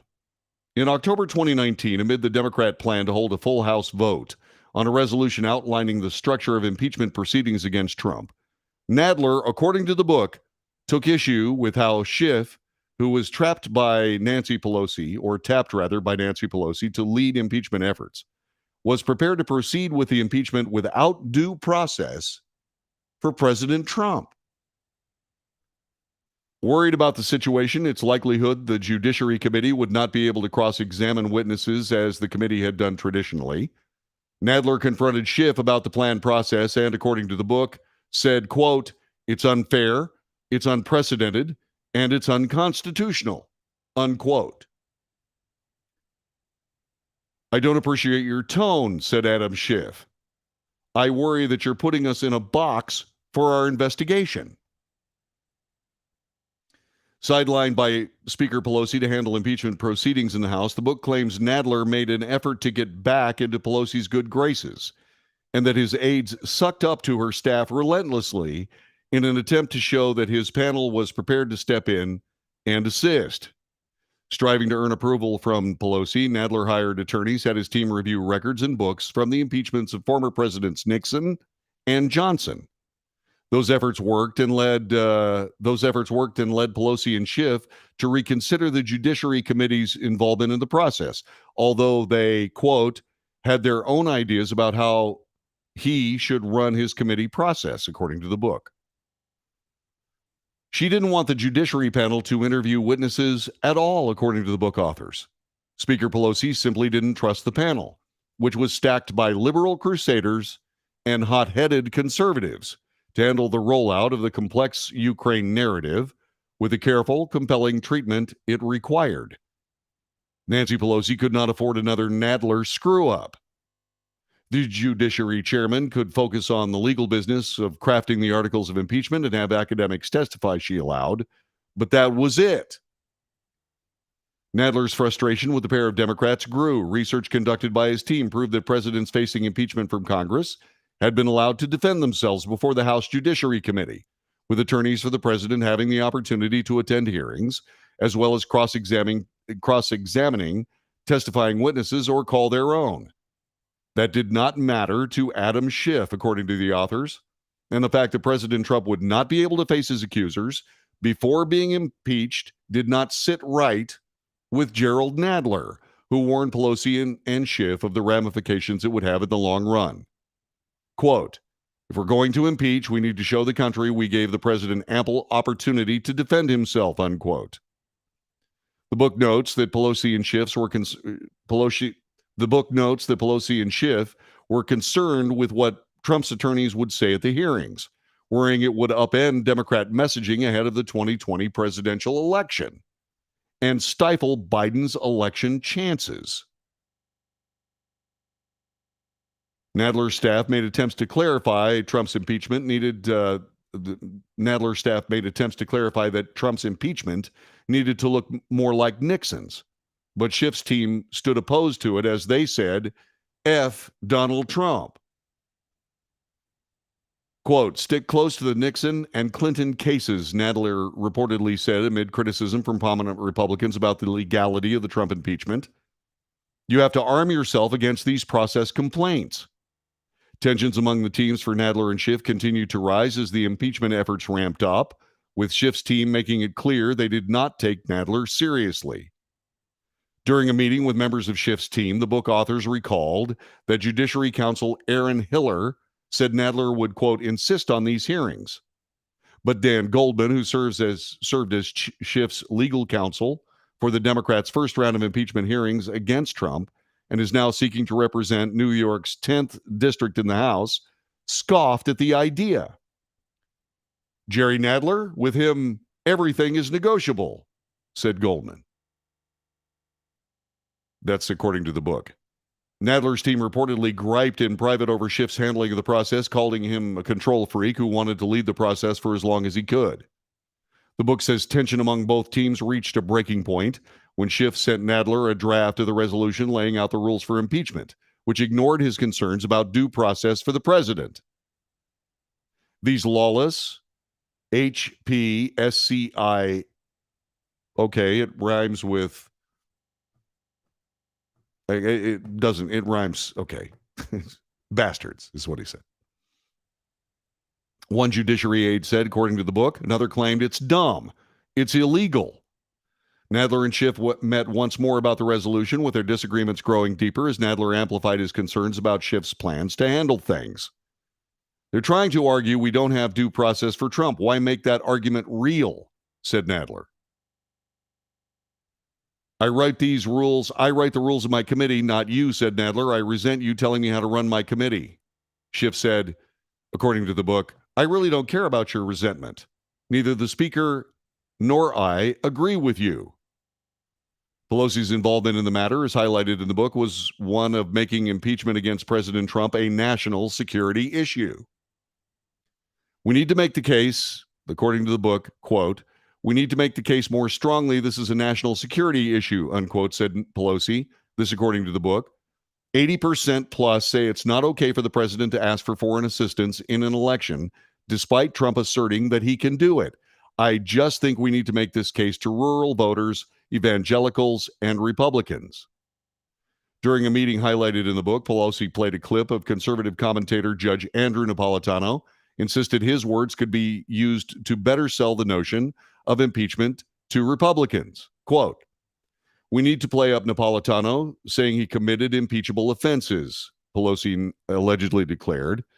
The public awareness on the details is very low, so we need clarity and repetition over and over again. National security threat, abuse of power. No one is above the law.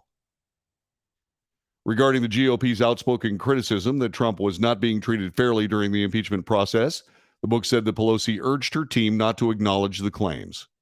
Let's not give them any attention. In addition, Pelosi claimed Democrats are giving Trump more rights than Democrats had under the Clinton impeachment. I do recall President Clinton having an opportunity at due process. Now, a couple of things about this book. First of all, it's written by Politico personnel. Politico is a frighteningly partisan, biased organization, biased towards the left. Now, this is also a book. It is not an investigation. There is no evidence. There is no cross-examination. There is no due process surrounding the book. It's just a book that Fox News is quoting. So what do we know about the book? What do we know about the authors? What do we know about what they're trying to get done? Nothing. So basically all this is just a group of assertions. Now, I do remember very succinctly all of the things the book is talking about in this particular article being used against President Trump. I do remember that he didn't have due process. Same exact situation with the January 6th committee, run by the same guy, Adam Schiff. Now, I'm not exactly sure that Gerald Nadler said any of these things, because Gerald Nadler is a bomb thrower. He threw bombs at President Trump throughout the entire presidency of the former president. And they were outrageous when he said them. They're still outrageous now, but they're not reported much. But I do remember that indeed the president at the time,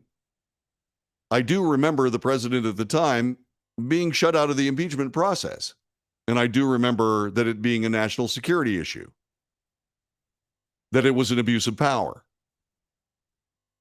that it was all of those things that really had nothing to do with anything real. That's why I told you it was a political process. That's why I also told you that at some point, something is going to have to be done to refine the impeachment process. Because I got to be perfectly honest with you. Let's take a look at just exactly where we were here. In the original impeachment of President Donald Trump, the so-called whistleblower, the showstopper, which was Vindman. I think his first name was Anthony or Alexander Vindman. Alexander. Anyway, all he did was testify as to things that he had heard from other people. That's hearsay evidence. It gets thrown out in a courtroom, but not in an impeachment. In the second one, they accused the president of trying to foment an insurrection. And the same things that were said in essentially cleanup after the 2020 riots from one end of the country to the other were said by President Trump. However, President Trump was held accountable for them by the impeachment committee.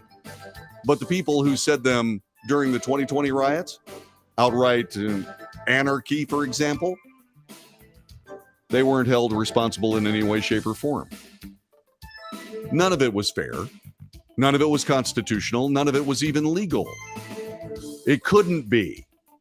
By the way, neither of the impeachments were successful. But they sure did distract the president from his business, didn't they? This is the Wells Report. Back with more in just a moment.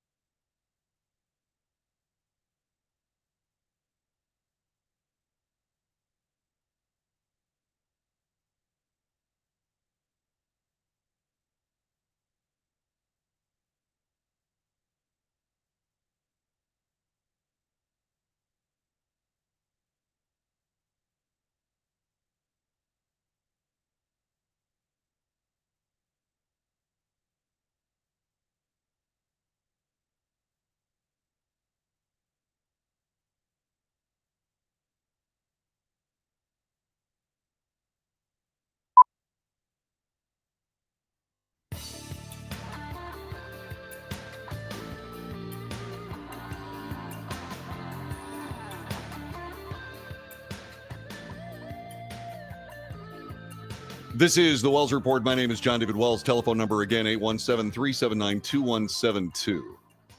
So the name of the book, Unchecked, the untold story between Congress's botched impeachment of Donald Trump.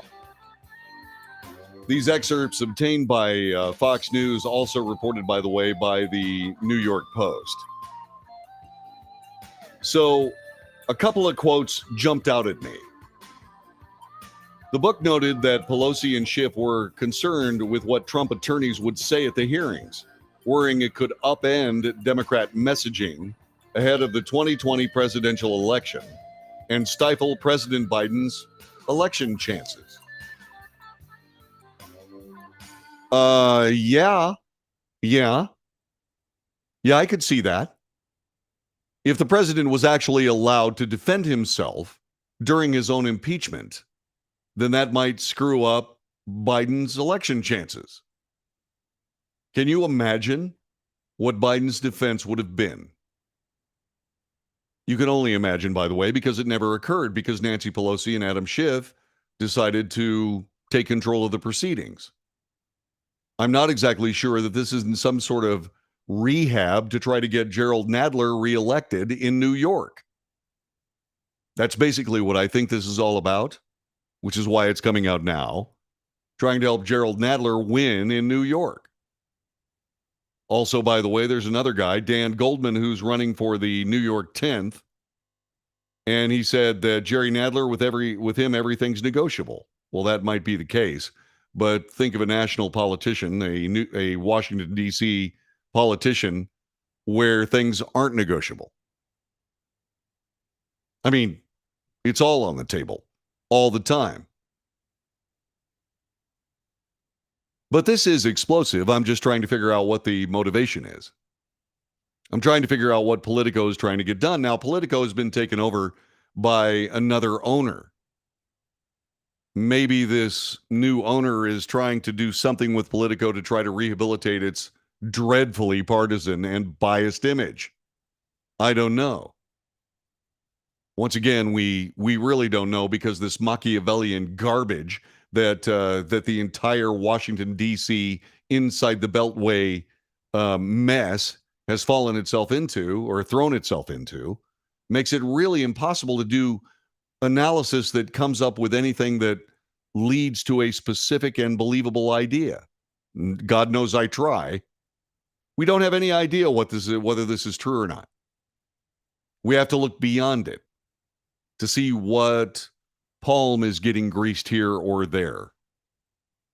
There was also another quote that jumped out at me.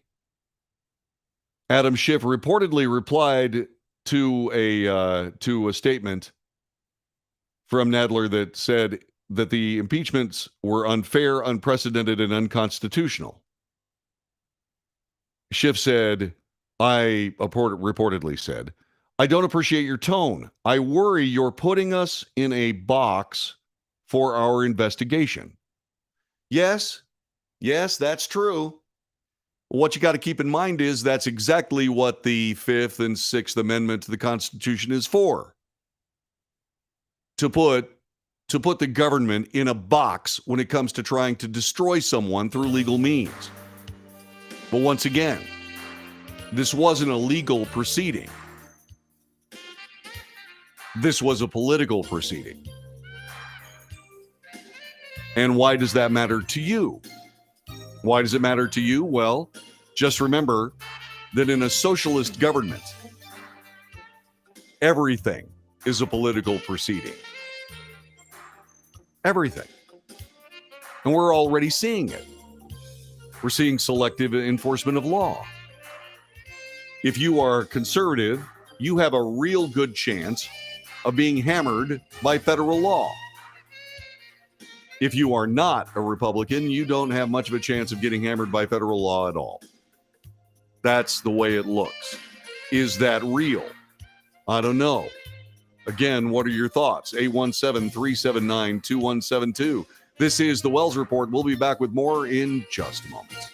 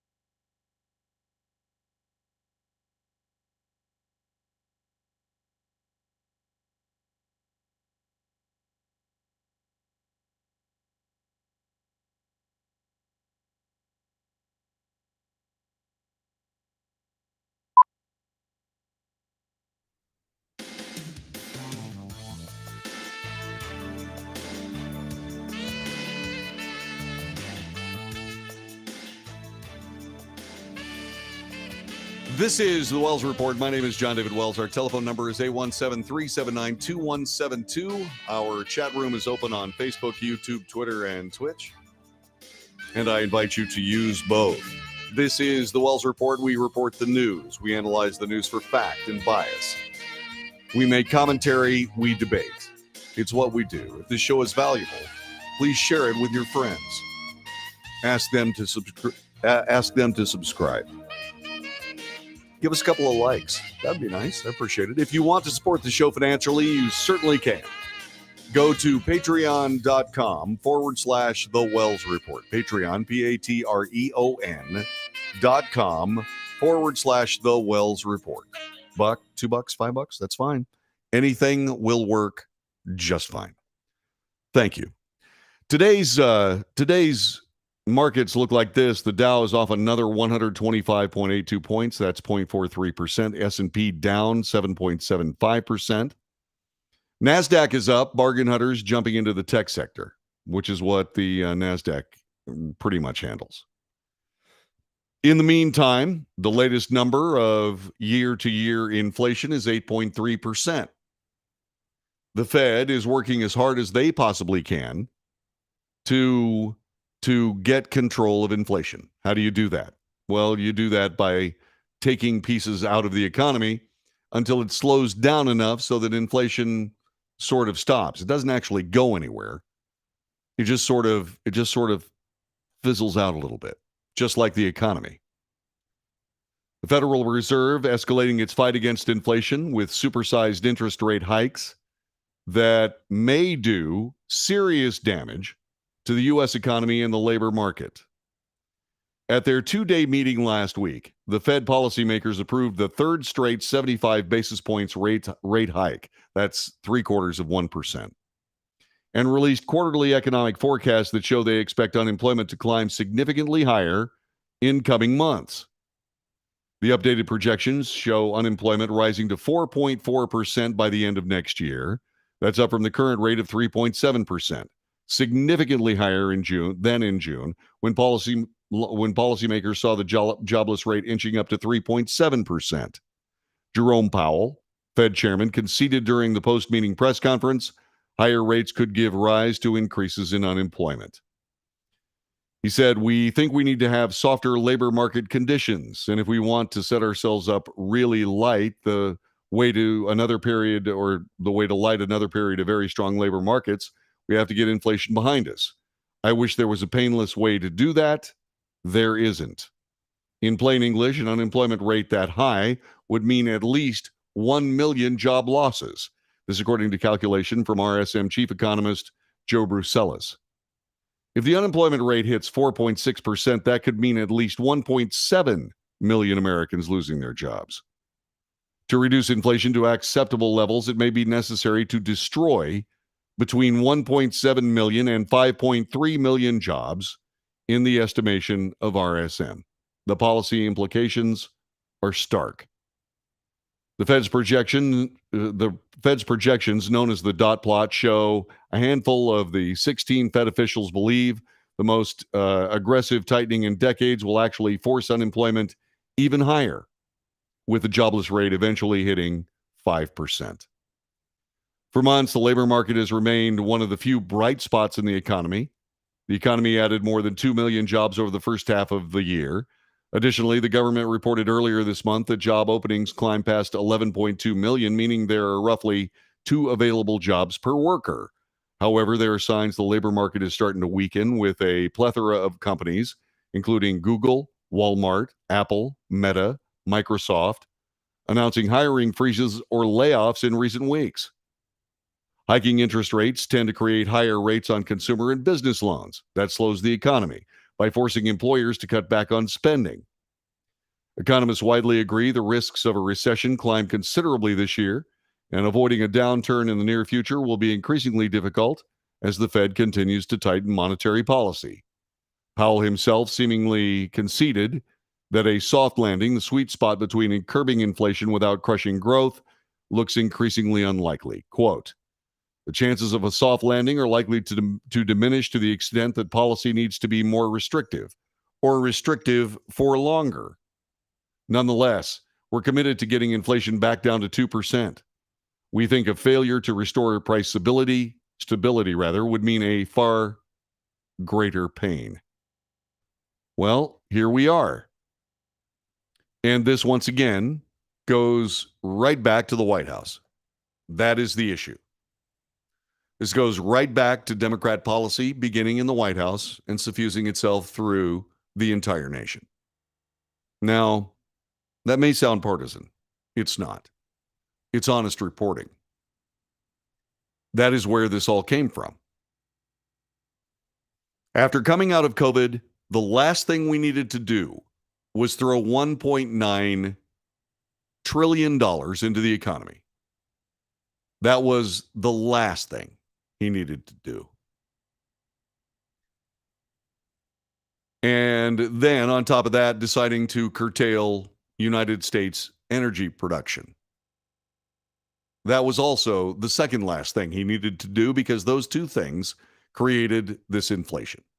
If he had just left fuel alone, then the $1.9 trillion would have had a much less stark effect on the economy. And now what he's trying to do is he's trying to throw another $1.7 trillion into the economy with this loan thing, this loan forgiveness for college students. It's not going to help. It's going to hurt. And it's going to extend this period of pain that Jerome Powell is talking about for a lot longer. This is going to be years in. This is a recession in years in the making. It's going to be with us for a while. All because we're trying to shift the United States economy, transition, if you will, you want to use the term of art these days, into something that doesn't exist yet. Who came up with that idea? Well, a bunch of people who don't care that their policy implications actually have genuine implications. Their policy implications, not in the real world, are affecting people who do live in the real world. I mean, seriously now. What are we doing? Good heavens. Let's see. And does this have an effect? Gary says it has an effect. The Fed raising rates is real. I missed financing a new truck at 2.0% by 4 days. The financing rate went from 2% to 7.9%. Wow. Auto insurance company wanted to jack up premiums 20% for the next 6 months. Yeah, that's how you end up getting a new insurance company. I really hated that, by the way, in case you're wondering. Because I kind of like to have an insurance company for a long time. I really like to do business with an insurance company instead of doing business with several of them, but that's not the way they do business. They just move on customer to customer, and customers have to do the same thing. They have to move from company to company, depending on who gives them the best deal. I guess that's capitalism. Yeah, there you go. So what is this? This is an economic mess. It is an economic mess that we are going to have to deal with. Now, what can we do? Well, there are a couple of things that I think we ought to do. We have to start by electing people who take 10% out of every federal budget item until the actual national debt is manageable. That's thing number one.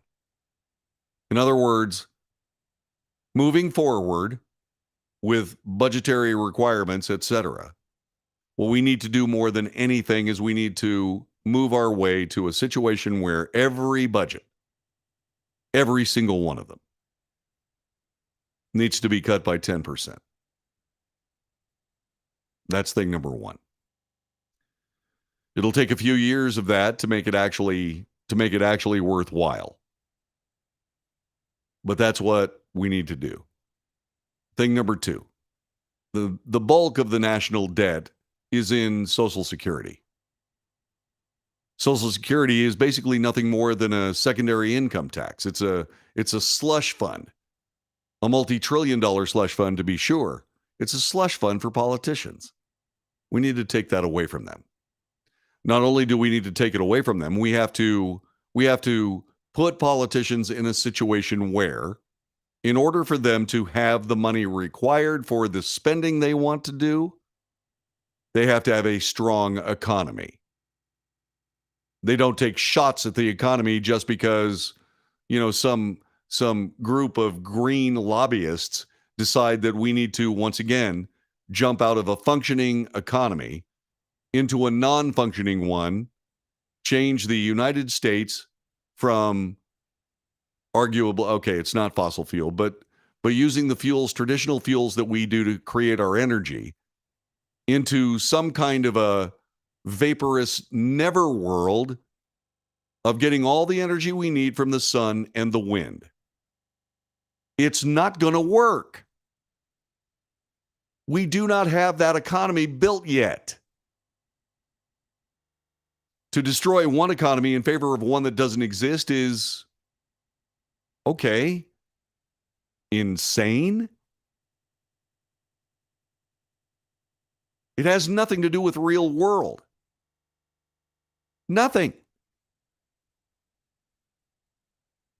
So we need to do something about Social Security. I keep telling you what we need to do is we need to base Social Security on Treasury bonds.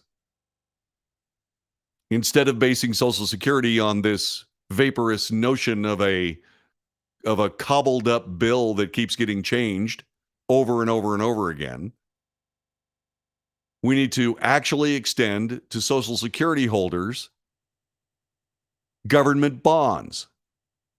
That way, if these people decide to destroy the economy, what they do is they still have to put themselves between the good and the good credit of the United States. They have to put that at risk, the faith and credit of the United States. Because these treasury bonds have to be paid. That means you have to have a functioning economy, and that's how you keep them doing it.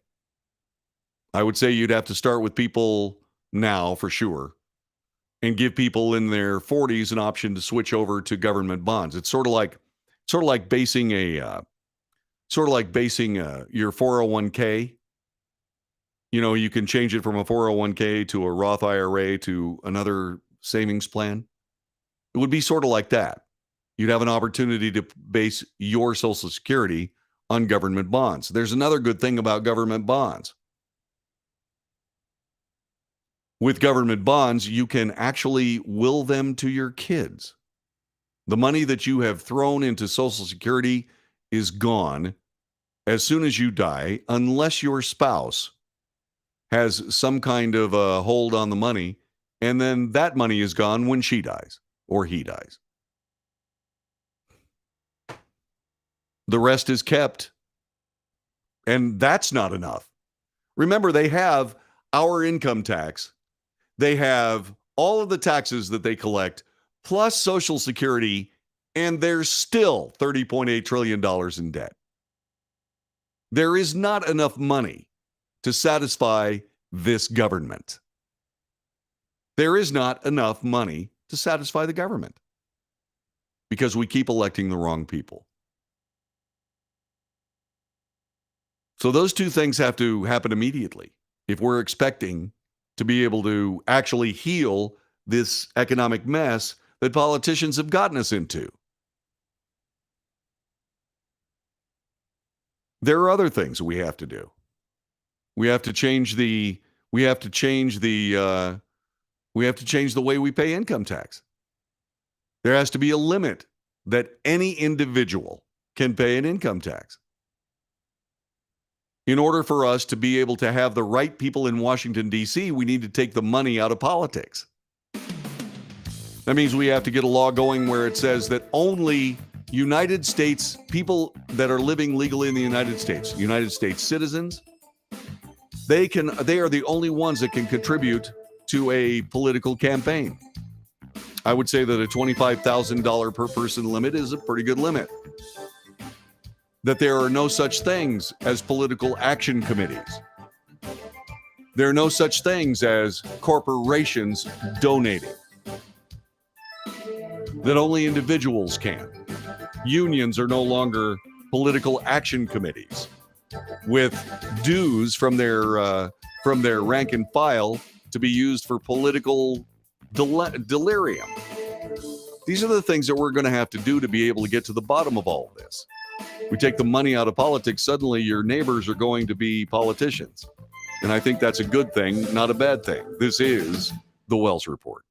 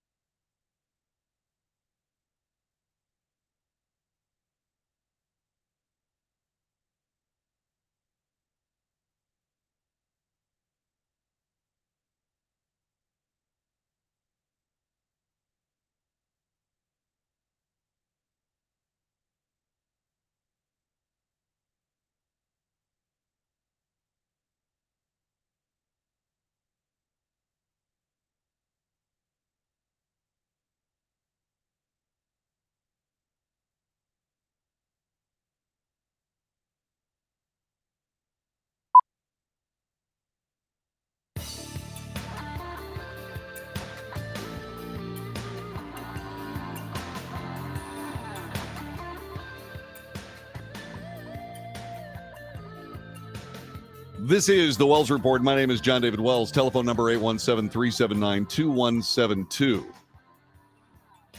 Yvonne asked, don't they charge you taxes on your Social Security money?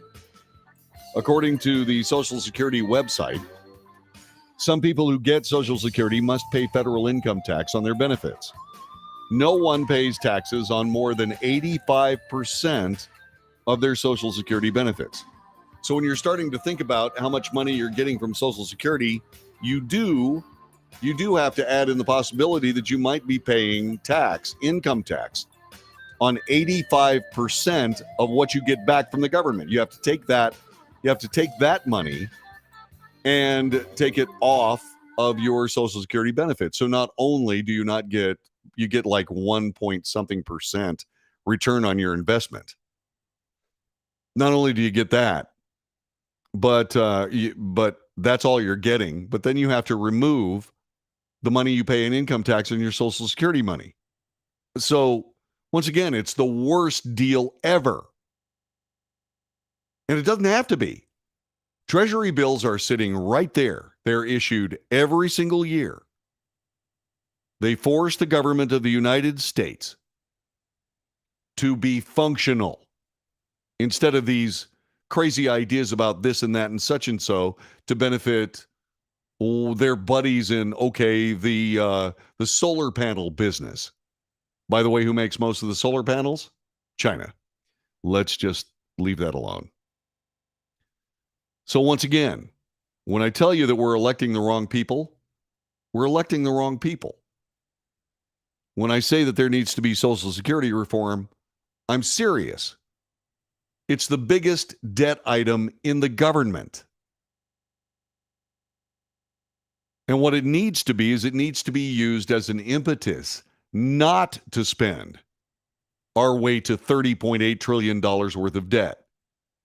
It needs to be used to, hey, wait a minute, hold on a second here. We got to make sure this country is vibrant and our economy works. There just simply is no political requirement to have a thriving economy. Which is why we're now in a situation where the government is essentially overseeing what is a purposeful slowdown of the economy in order to correct a political policy gone bad. Moving on. When I was a little kid, I watched the Atlanta Braves. The Atlanta Braves baseball is still, it's in my heart.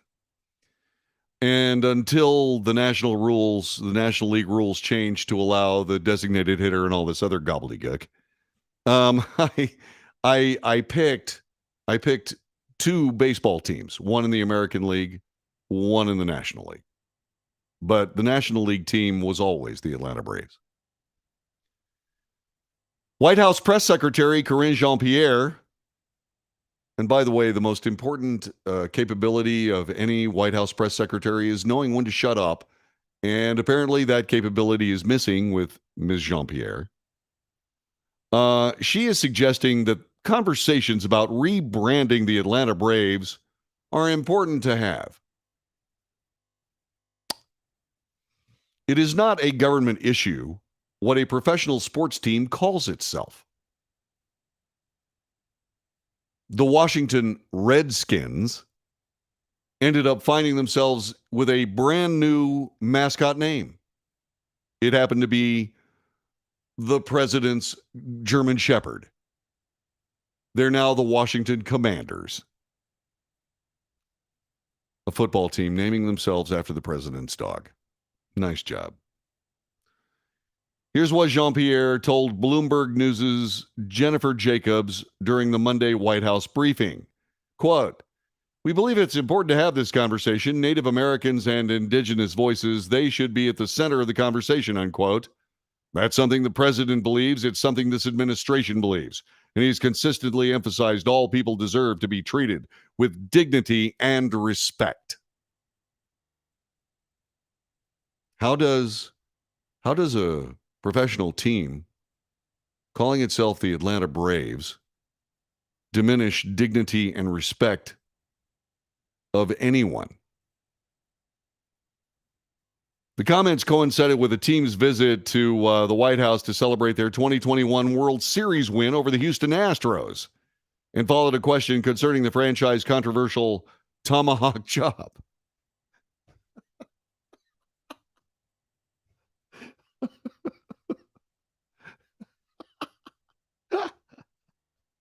I remember when Jane Fonda and Ted Turner were married, and they'd go to the games, and somebody started saying, "What about the tomahawk chop?" Jane Fonda stopped doing it. By the way, it's not the Atlanta Braves tomahawk chop in the first place. It's the Florida Seminoles tomahawk chop. Okay? And the simple case of that matter is that nobody hassles the Florida Seminoles, which is the university in Florida, the Florida Seminoles. They don't hassle them because the chief of the Seminole Nation has declared that anybody playing sports for the University of Florida is a member of his tribe, which makes a whole hell of a lot of sense. You know, if there was a tribe out there that really wanted to make some money, what they would do is they would ally themselves with the Atlanta Braves and say, well, if you've got an Atlanta Braves contract, you are an official Brave in our tribe. Wouldn't that be good? Leave baseball alone. This is the Wells Report. Thanks for watching. I'll see you tomorrow. Golly, the things they come up with. All right. That's the broadcast for today. I hope you enjoyed it. I thank you for being here today. All right. See, is there anything else that we need to discuss? Thank you, Alicia. Good night. Good night. Good night. One of the Indian casinos should buy a baseball team. There you go. That's a good plan. All right. God love all y'all and take good care of yourself. And I will see you again tomorrow for another edition of the Wells Report.